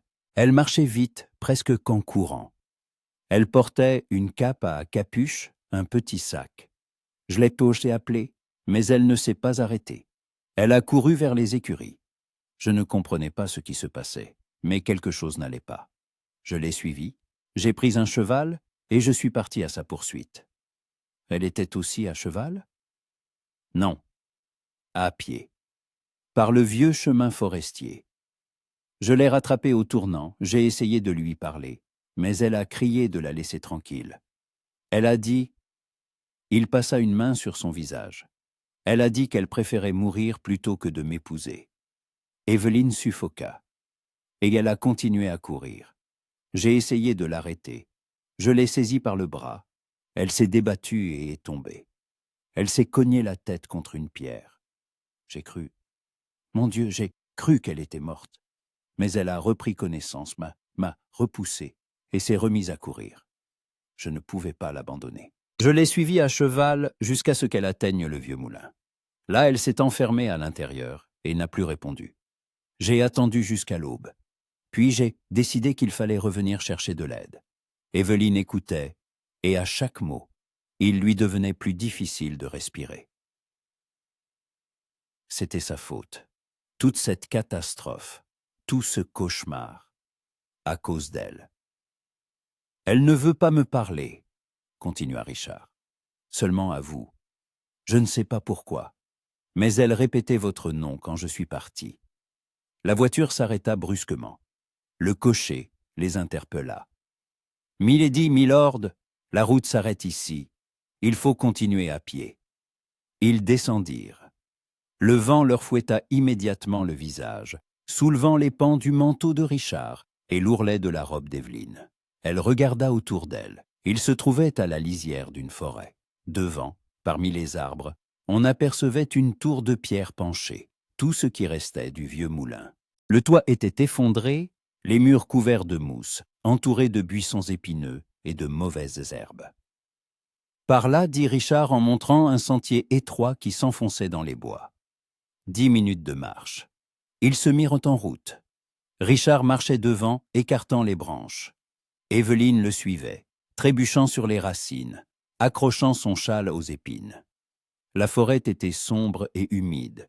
Une odeur de feuilles pourries et de terre mouillée flottait dans l'air. Au loin, un oiseau cria. Un cri strident, angoissant. Le moulin apparut soudain, au détour d'un sentier. La tour était plus haute qu'il n'y paraissait de loin, avec d'étroites fenêtres en forme de meurtrière et une lourde porte en bois couverte de rouille. À côté, sur l'herbe, gisait une cape, bleu foncé, trempée de rosée. Richard s'arrêta à quelques pas de l'entrée. « Célina » appela-t-il. « J'ai amené Evelyn !» Silence. Seul le vent bruissait dans la cime des arbres. « Célina, s'il te plaît !» cria Evelyn. « C'est moi. Sors !» Une longue pause, puis la porte s'entr'ouvrit lentement et un visage pâle apparut dans l'interstice. « Toi seul !» dit la voix rauque de Célina. « Qu'il reste dehors. » Richard regarda Evelyn. Elle hocha la tête. Il recula à contre-cœur, s'adossant à un arbre un peu plus loin, et croisa les bras sur sa poitrine. Evelyn s'approcha de la porte. Elle s'ouvrit plus largement, et elle entra. L'intérieur était sombre et froid. Une lumière chiche filtrait par les trous du toit. Le sol était jonché de débris. Des morceaux de poutre de vieux sacs, des briques cassées. Une odeur de moisie et de souris flottait dans l'air. Dans un coin, sur un tas de foin, était assise Célina. Évelyne reconnut à peine sa sœur. La magnifique robe de la veille, elle était déchirée et maculée de boue. Ses cheveux étaient en désordre, le diadème avait disparu, les boucles pendaient en mèches sales. Sur son front, une éraflure, la trace de sa chute. Son visage était fiache, était béquille, visisette et bouffi de larmes. Ses yeux rouges. Elle serrait ses genoux dans ses bras et se balançait d'avant en arrière, comme une enfant. Célina. Évelyne fit un pas vers elle. « N'approche pas !» Célina leva la main. « Reste là !» Évelyne se figea. Elle se regardait à travers la pénombre poussiéreuse. « Pourquoi t'es-tu enfuie ?»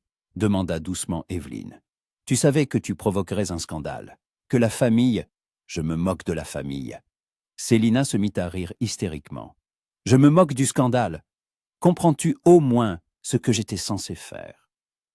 L'épouser, devenir sa femme, partager son lit, lui donner des enfants, et savoir à chaque seconde qu'il pense à toi.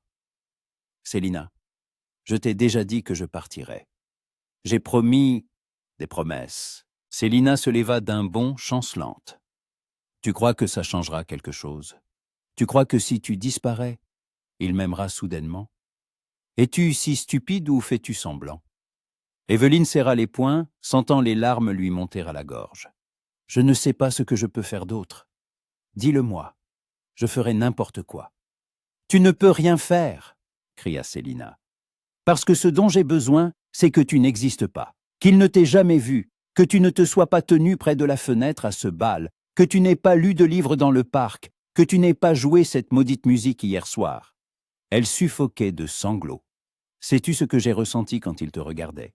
Quand son visage changeait et qu'il devenait soudain vivant? Pour la première fois, j'ai compris ce que c'était d'être invisible, celle qu'on ne regarde pas. Et c'est ce que tu aurais dû ressentir toute ta vie, pas moi. Ces mots la giflèrent. Évelyne recula, une main sur sa poitrine. « Tu y pensais ?» murmura-t-elle. « Tu savais que je... » Bien sûr que je le savais. Célina passa une main sur son visage, étalant les larmes. Tout le monde le savait, nos parents, nos tantes, les domestiques. Tout le monde voyait que tu étais celle qu'on ne remarque pas.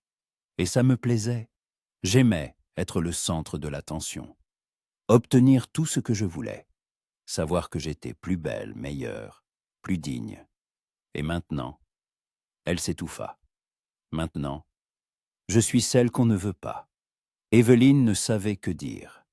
Elle se tenait dans ce moulin en ruine, écoutant sa sœur hurler toute la douleur, toute la colère, toute l'envie accumulée pendant des années. Et elle comprenait qu'elles étaient toutes deux des victimes. L'une, victime de la négligence, l'autre, victime de sa propre fierté. « Je ne voulais pas te faire de mal, » dit enfin Évelyne. « Je ne l'ai jamais voulu. »« Mais tu l'as fait !» dit Célina en se rasseyant sur le foin, épuisée. « Et maintenant, tout est fini. Ma réputation est détruite. Je me suis enfuie la nuit avant mon mariage. D'ici demain matin, tout Londres le saura. Aucun homme respectable ne me demandera plus en mariage. Je suis condamnée à devenir une vieille fille, la risée de la société. »« Nous pouvons tout arranger ?» dit Évelyne en s'approchant, s'agenouillant à côté de sa sœur. « Nous dirons que tu t'es perdue, que... Arrête de mentir. » Célina la repoussa. « J'en ai assez des mensonges, des faux semblants, de ce jeu infini de convenances. » Elle regarda Évelyne et il y avait quelque chose de nouveau dans ses yeux, de la détermination. « Sais-tu ce que j'ai compris cette nuit, en courant dans la forêt, que je ne l'ai jamais aimé. Jamais. Il n'était qu'un bon parti, le bon choix, et je voulais être la bonne épouse. Mais je ne veux pas vivre comme ça. Je ne veux pas épouser un homme qui ne m'aime pas, juste pour un titre et une position. » « Alors, que vas-tu faire ?» Célina sortit des plis de sa robe une feuille de papier froissé. « Nous avons une tante, Lady Béatrice, la sœur de père, qui vit en Écosse. Elle ne s'est jamais mariée. a voyagé toute sa vie, écrit des livres, n'écoute personne. Nos parents la disent folle, mais je lui ai écrit il y a un mois, quand j'ai compris pour la première fois que je ne voulais pas de ce mariage. Elle m'a répondu qu'elle était prête à m'accueillir si je décidais de changer de vie. Evelyne regardait sa sœur avec de grands yeux. Tu vas partir en Écosse? Oui, et je ne reviendrai pas. Qu'ils disent ce qu'ils veulent, que mes parents me maudissent. Je vivrai comme je l'entends, pas comme la société le veut. Mais cela signifie que je romps les fiançailles, officiellement. Célina se leva et s'approcha de la fenêtre brisée, regardant la forêt. Richard est libre. Et tu es libre. Faites ce que vous voulez. Je ne suis plus entre vous. Evelyne se releva, secouant la tête. Célina, tu ne comprends pas. Même si tu romps les fiançailles, nous ne pouvons pas. La société n'acceptera jamais qu'il épouse la sœur cadette de son ancienne fiancée. Ce serait une honte pire que n'importe quel scandale. Alors fuyez, dit Célina en se retournant, un sourire amer aux lèvres. Comme moi, partez quelque part où personne ne vous connaît. Commencez une nouvelle vie. L'amour n'en vaut-il pas la peine? Evelyne ne savait que répondre. Elle y avait pensé, 1000 fois. Partir avec lui, tout oublier, vivre au bout du monde. Mais c'étaient des fantasmes, des rêves qui ne se réaliseraient jamais. Parce que Richard était un homme de devoir. Il n'abandonnerait jamais sa famille, son titre, son héritage pour elle. Je ne peux pas lui demander ça, murmura-t-elle. Alors tu es une lâche, dit Célina, comme je l'étais, jusqu'à ce matin. Elle passa devant Evelyne pour se diriger vers la porte, mais celle-ci la saisit par le bras. Attends, tu vas vraiment le faire? Partir tout abandonné?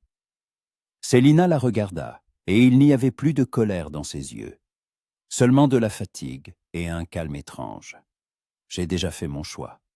Quand j'ai quitté la maison cette nuit, il n'y a pas de retour en arrière.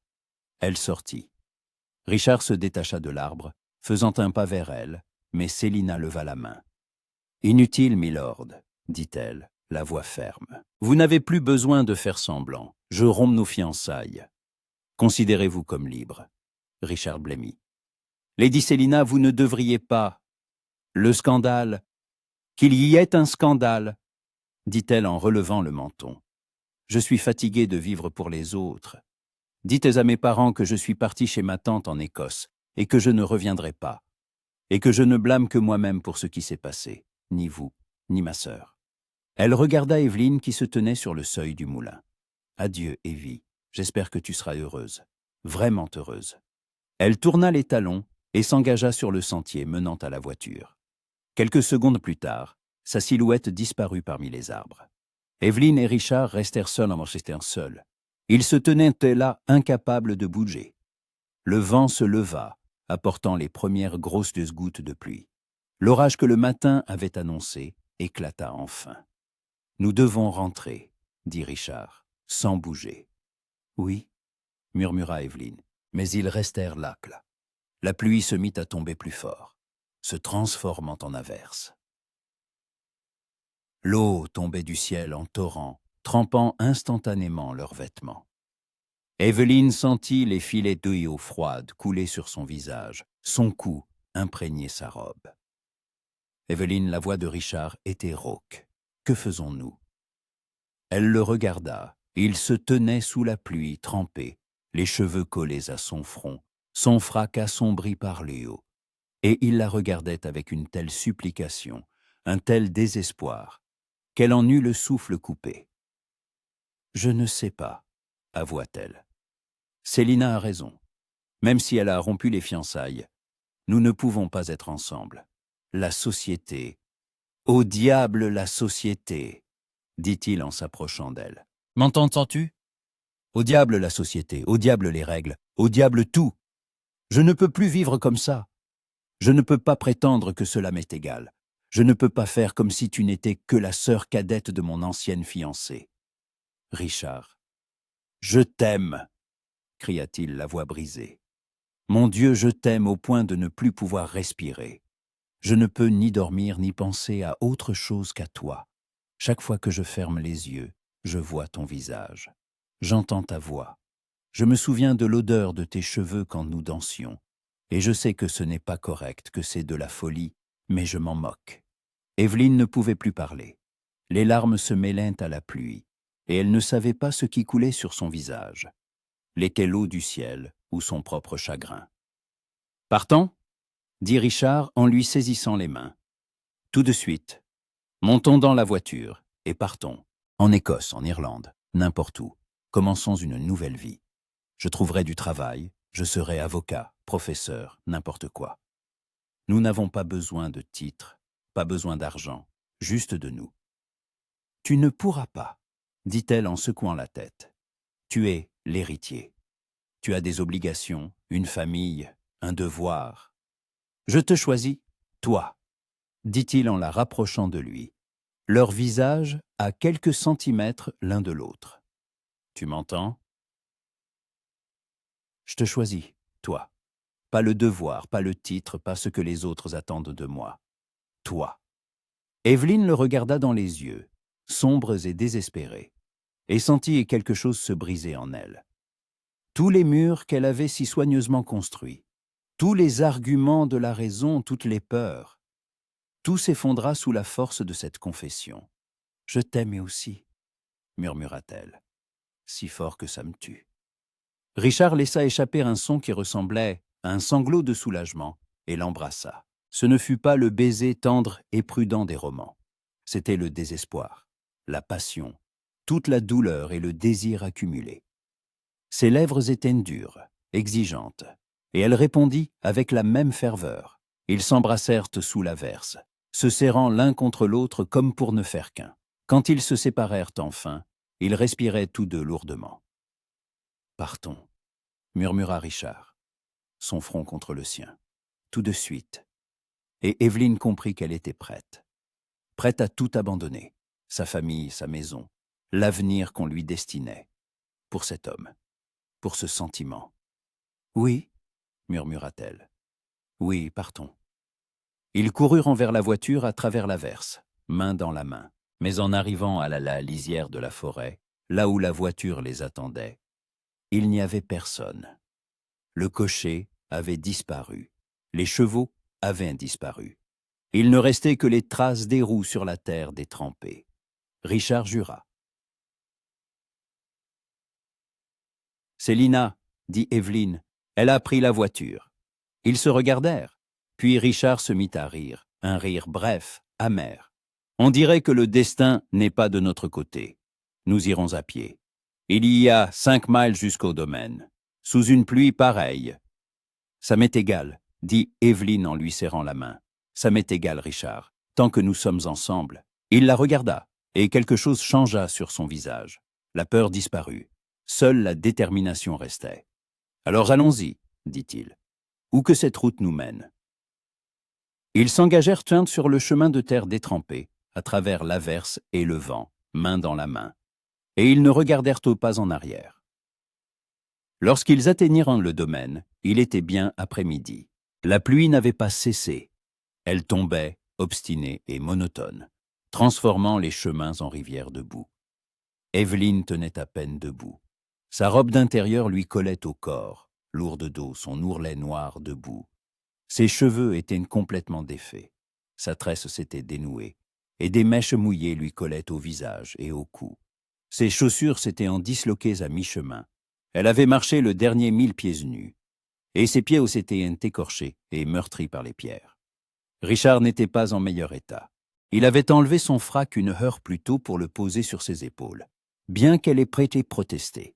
Maintenant, il marchait en chemise, trempé, collé à son corps, à travers laquelle on devinait sa peau. Ses cheveux étaient ébouriffés, une trace de boue séchée sur sa joue, mêlée au sang de sa vieille éraflure. Mais il marchait, main dans la main, trébuchant, s'enfonçant dans les flaques, mais sans s'arrêter. Car maintenant qu'ils avaient fait leur choix, il n'y avait plus de retour en arrière. Willowbrook apparut entre les arbres, gris et sombre sous le ciel de plomb. Toutes les fenêtres étaient éclairées malgré le jour. sans doute à cause de l'obscurité apportée par l'orage. Devant l'entrée principale, plusieurs voitures étaient garées, et Evelyn reconnut l'une d'elles avec effroi. « C'est la voiture du docteur Wesley », murmura-t-elle. « On ne l'appelle que dans les cas graves. » Richard lui serra la main plus fort, et ils accélérèrent un temps le pas. Le hall était en plein chaos. Des domestiques couraient dans tous les sens. Quelqu'un criait à l'étage. Des femmes de chambre pleuraient dans un coin. Le majordome se tenait au pied de l'escalier, pâle comme la mort, et expliquait quelque chose à un homme âgé en frac noir, le docteur. Quand Evelyn et Richard entrèrent, tout le monde se figea. Le majordome fut le premier à reprendre ses esprits. Lord Somerset, sa voix tremblait. « Dieu merci, la marquise, votre mère. Que s'est-il passé ?» Richard s'avança et l'ôtesse haut de ses vêtements se mit à goûter sur le sol en marbre. Elle s'est évanouie en apprenant ce qui s'est passé. Le docteur est avec elle à l'étage. Et votre père ? Le majordome hésita. Le marquis a exigé que vous vous présentiez immédiatement dans son bureau dès votre retour. Et où sont les parents de Lady Evelyn ? Demanda Richard sans lâcher sa main. Lord et Lady Astor sont partis il y a 1 heure. Le majordome peinait à trouver ses mots. Ils ont pris toutes leurs affaires et ont demandé de transmettre qu'ils ne souhaitaient plus avoir aucun lien avec la famille Somerset, et que Lady Evelyn... Il la regarda avec pitié. Que Lady Evelyn n'existait plus pour eux. Evelyn chancela. Richard la rattrapa, la serrant contre lui. Ils l'ont abandonnée ? Sa voix était pleine d'incrédulité. Ils sont simplement partis. Lord Astor était furieux, milord. Il parlait de déshonneur, de honte, que ses 2 filles avaient déshonoré la famille et qu'il ne voulait plus connaître ni l'une ni l'autre. Evelyn ferma les yeux. Elle s'attendait à de la colère, à des accusations, mais pas à ça. Pas à ce que ses parents la règnent simplement de leur vie, comme une ligne malheureuse dans un grand livre de contes. « Milord, le majordome s'éclaircit la gorge. Votre père vous attend, et il est très en colère. » Richard se redressa, bombant le torse. « Evelyn restera ici, dit-il. Que les femmes de chambre la conduisent à une chambre. Lui donne des vêtements secs, de la nourriture. Je parlerai moi-même à mon père. »« Non, » dit Evelyn en s'agrippant à son bras. « J'irai avec toi. » Evelyn. « Nous sommes ensemble, » dit-elle en le regardant dans les yeux. « Tu l'as dit toi-même. Où que la route nous mène, nous allons ensemble. Alors maintenant aussi. » Il la regarda longuement, et dans son regard, il y avait de la douleur, de la fierté et autre chose. Une sorte de vénération. « Très bien, » dit-il doucement. « Ensemble. » Ils montèrent l'escalier jusqu'au 1er étage. Le couloir était long et sombre, éclairé seulement par de rares tours candélabres. Leurs pas résonnaient sur le parquet, et l'eau goûtait de leurs vêtements, laissant une traînée humide. Le bureau du marquis se trouvait au bout du couloir.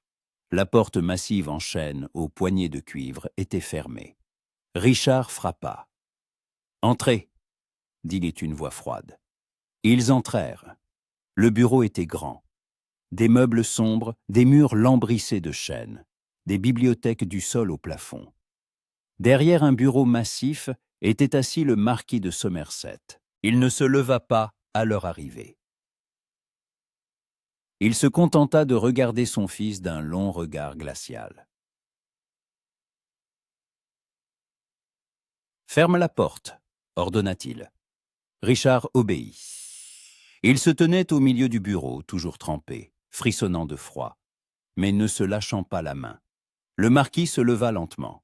C'était un homme grand, aux cheveux gris et à la posture droite d'un militaire. Dans sa jeunesse, il avait dû beaucoup ressembler à son fils. Maintenant, son visage était sillonné de rides, et ses yeux étaient froids, presque morts. « Tu as tout détruit, » dit-il doucement, et ce calme était plus effrayant que n'importe quel cri. « Les fiançailles sont rompues. Célina Astor s'est enfuie en Écosse. La famille Astor a publiquement annoncé qu'elle rompait tout lien avec nous. D'ici ce soir, tout Londres connaîtra ce scandale. Et d'ici demain matin, toute l'Angleterre. Père, laissez-moi vous expliquer. Expliquer quoi? Le marquis contourna le bureau et s'approcha.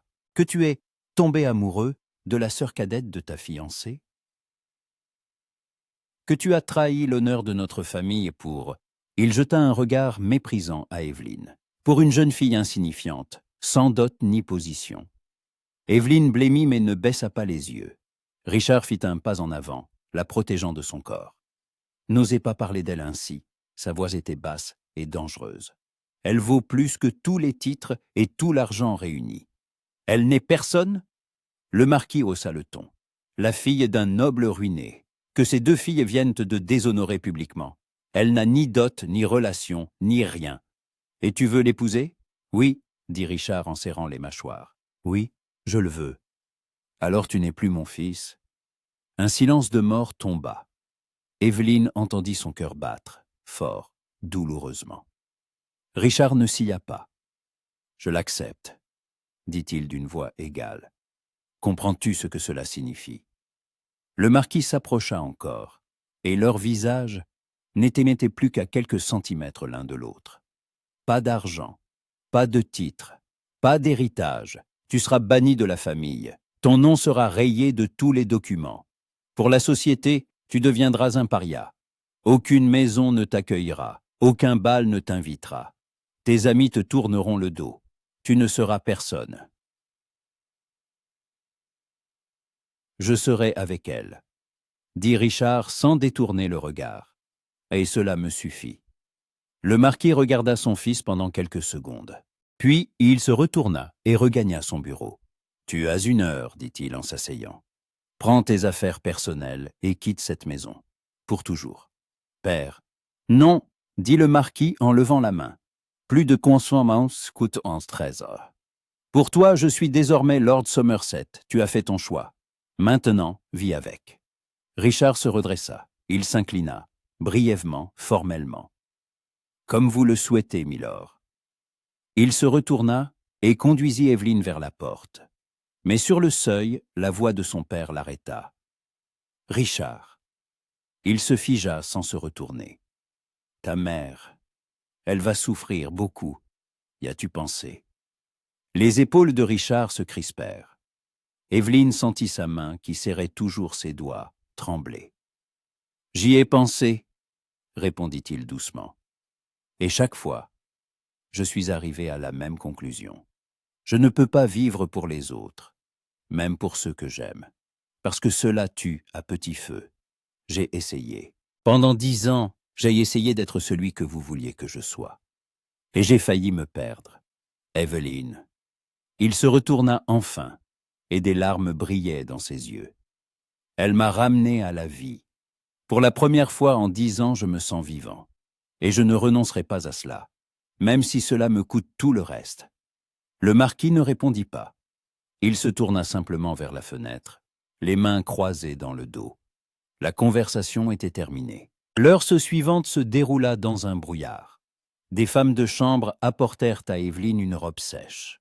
Simple, en laine marron foncé, manifestement une vieille robe de quelqu'un. Elle était un peu grande, mais au moins, elle n'était pas mouillée.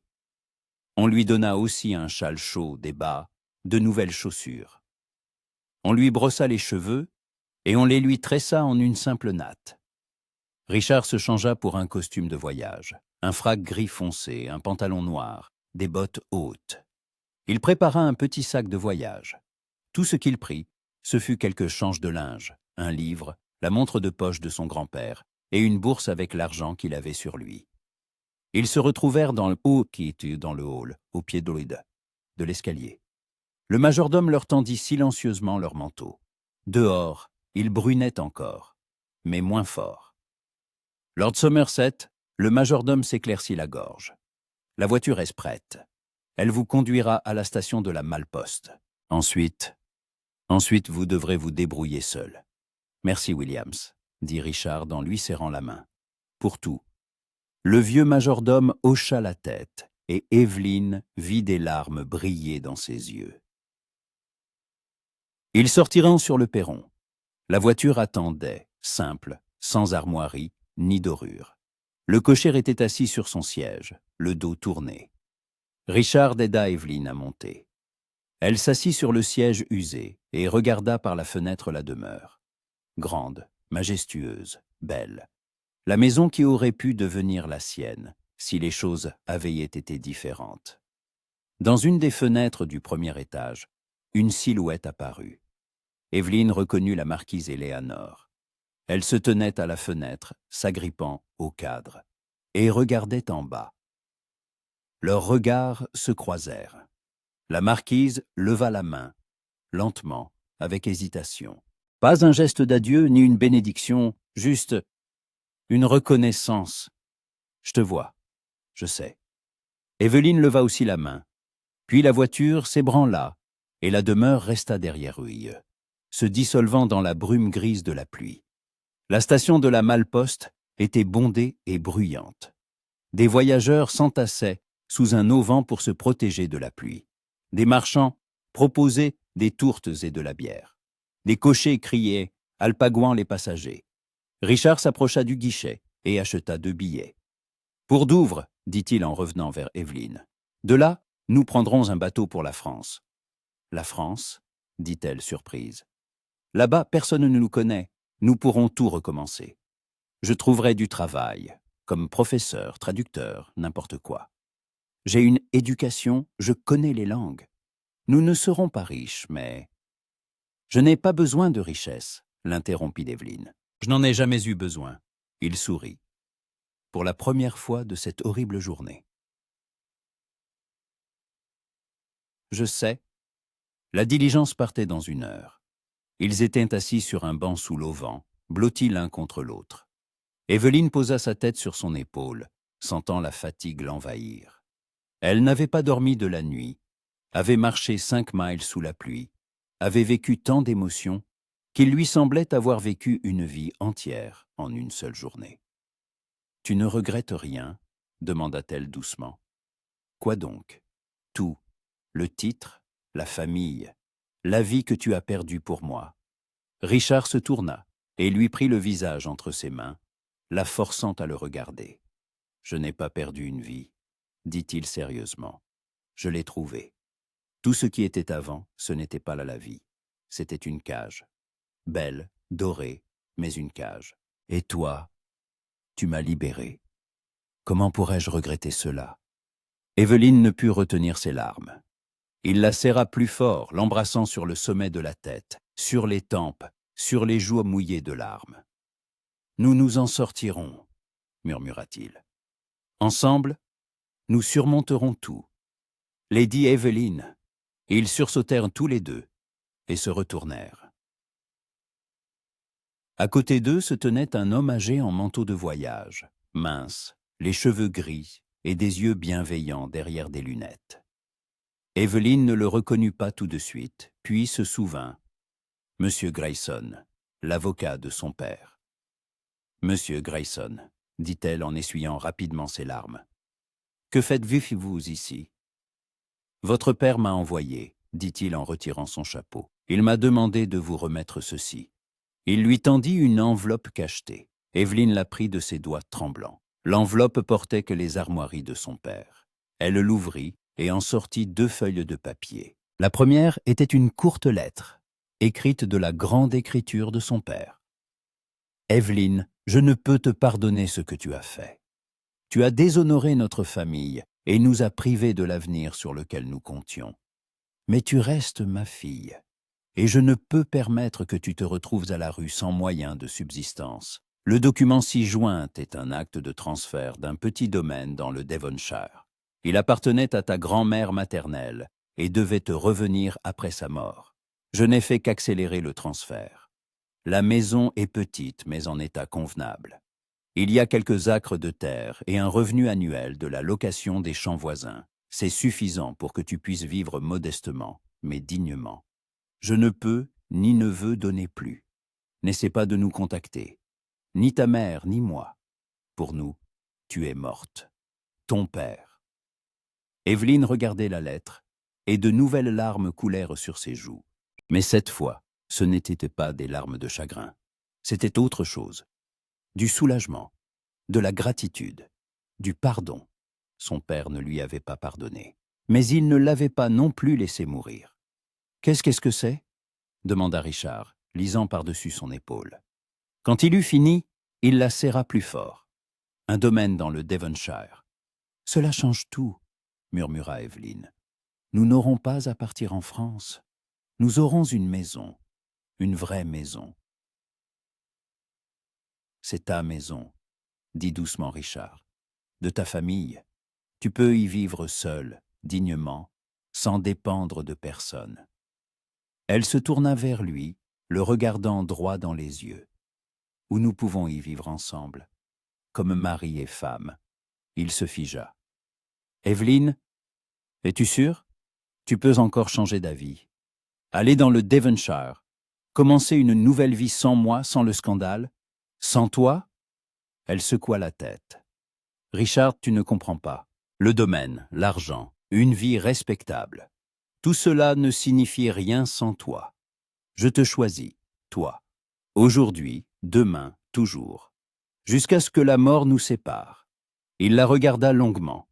Puis il s'agenouilla lentement, là, sur le quai boueux de la station, au milieu d'une foule d'inconnus. Il sortit de sa poche une simple bague en or, celle qu'il portait à l'auriculaire, un souvenir de son grand-père. « Lady Évelyne Astor, dit-il, la voix tremblante, je ne peux vous offrir de titre. Je ne peux vous donner ni richesse ni position sociale. Tout ce que j'ai, c'est moi-même. Mon cœur, mon âme, mon amour. Mais si cela suffit, voulez-vous m'épouser » Évelyne tomba à genoux à côté de lui, sans se soucier de la boue, des regards et des passants, du monde entier. « Oui » murmura-t-elle à travers ses larmes. « Oui, oui, oui. » Il lui passa la bague au doigt orteil, trop grande, destinée à une main d'homme. Mais pour elle, elle était plus belle que n'importe quel diamant. Et il l'embrassa, là, à la station, au milieu d'inconnus, sous une pluie fine. Quelqu'un dans la foule applaudit, puis quelqu'un d'autre, et encore un autre. Évelyne entendit des rires, des félicitations, des sifflets. Mais pour elle, il n'existait que lui, que cet instant, que ce sentiment qui lui emplissait la poitrine. Quand ils se séparèrent un temps fin, M. Grayson était toujours là. Il souriait, pour la première fois depuis toutes les années qu'Évelyne le connaissait. « Félicitations, » dit-il doucement. « Et si vous me permettez un conseil, mariez-vous vite, de préférence en route pour le Devonshire, dans les petites églises de paroisse. Les prêtres ne posent pas de questions inutiles. Et le temps que les rumeurs arrivent dans le Devonshire, vous serez déjà légalement mariés. Alors personne ne pourra entacher votre réputation. » Richard hocha la tête. « Merci. Pour tout. » L'avocat s'inclina et se fondit dans la foule. Ils ne partirent pas pour Douvres.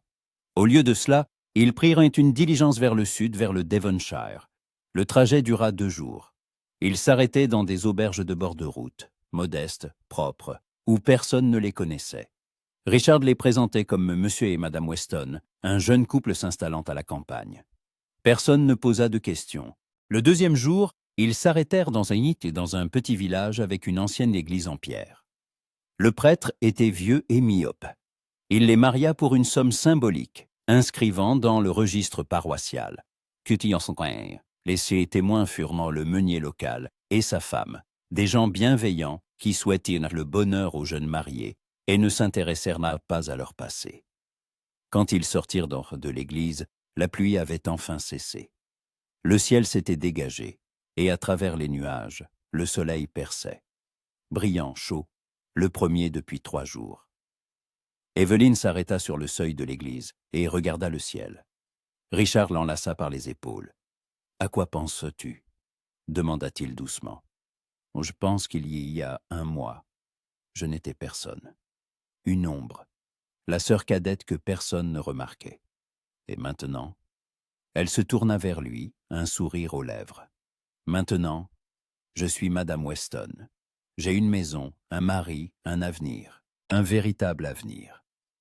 Et un passé scandaleux, ajouta-t-il avec un sourire en coin. Et un passé scandaleux, acquiesça-t-elle. Mais tu sais quoi? Ça m'est égal, qu'à Londres ils en disent ce qu'on veut, que mes parents s'élmeyent rayés de leur vie, que la société nous considère comme des parias. Je suis heureuse. Pour la première fois de ma vie, vraiment heureuse.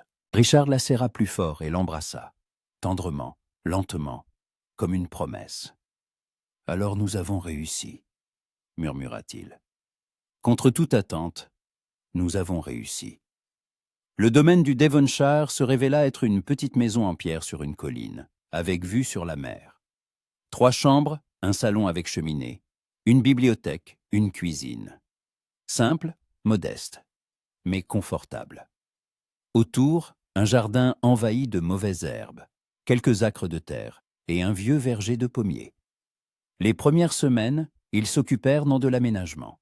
Richard réparait que les meubles cassés, nettoyait que les cheminées, remettait le jardin en état. Evelyne lavait les fenêtres, les vieux rideaux, rangeait la bibliothèque. Ils travaillaient du matin au soir, s'endormant fatigués mais heureux. Ils n'avaient pas de domestique, seulement une vieille gouvernante, Madame Bailey, du village, qui venait une fois par semaine pour aider aux gros travaux. Pas de bal, pas de dîner, pas de visite. Juste eux deux, la maison et la mer par la fenêtre. La vie était simple. Richard donnait des leçons de latin et de grec aux enfants du pasteur local pour une somme modique. Evelyne cultivait des fleurs et les vendait au marché du village. Le revenu de la location des terres suffisait à une vie modeste. Pas le luxe, mais pas la misère non plus. Ils étaient heureux. 6 mois passèrent. Evelyne était assise dans le jardin, sous un vieux pommier, lisant une lettre. Elle était arrivée ce matin, sans adresse de retour, seulement avec un sceau qu'elle reconnut aussitôt. « Chère Evie, je t'écris, d'Édimbourg, où je vis depuis 6 mois. Tante Béatrice s'est révélée être une femme incroyable. Elle voyage, écrit, ne dépend de personne. J'apprends la liberté à ses côtés. Pardonne-moi pour tout ce que je t'ai dit alors, au moulin. J'étais en colère, effrayé, blessé. Mais maintenant je comprends. Tu m'as fait le plus beau des cadeaux.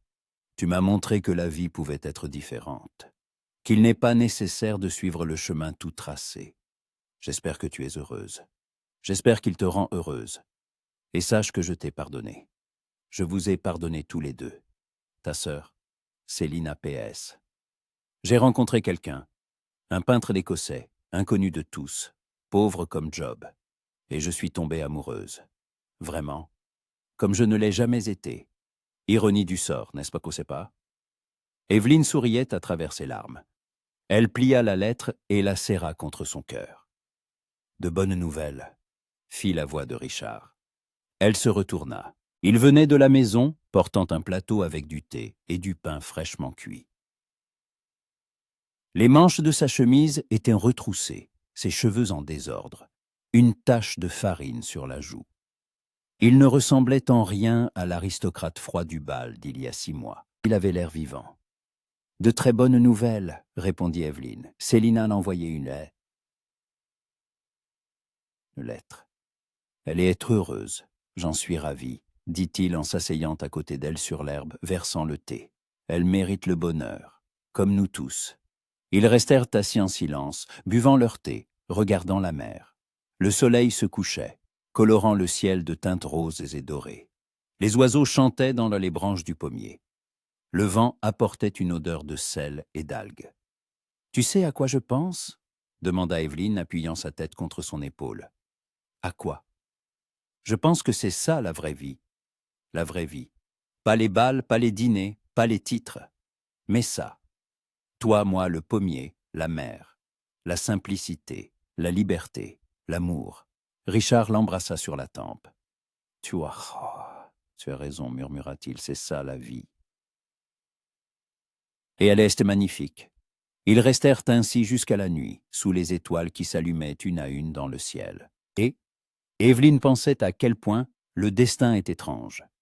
Comment un seul regard lors d'un bal peut tout changer. Comment l'amour, le véritable amour interdit, impossible, peut détruire une ancienne vie et en créer une nouvelle. Comment il faut parfois tout perdre pour trouver ce qui est vraiment important.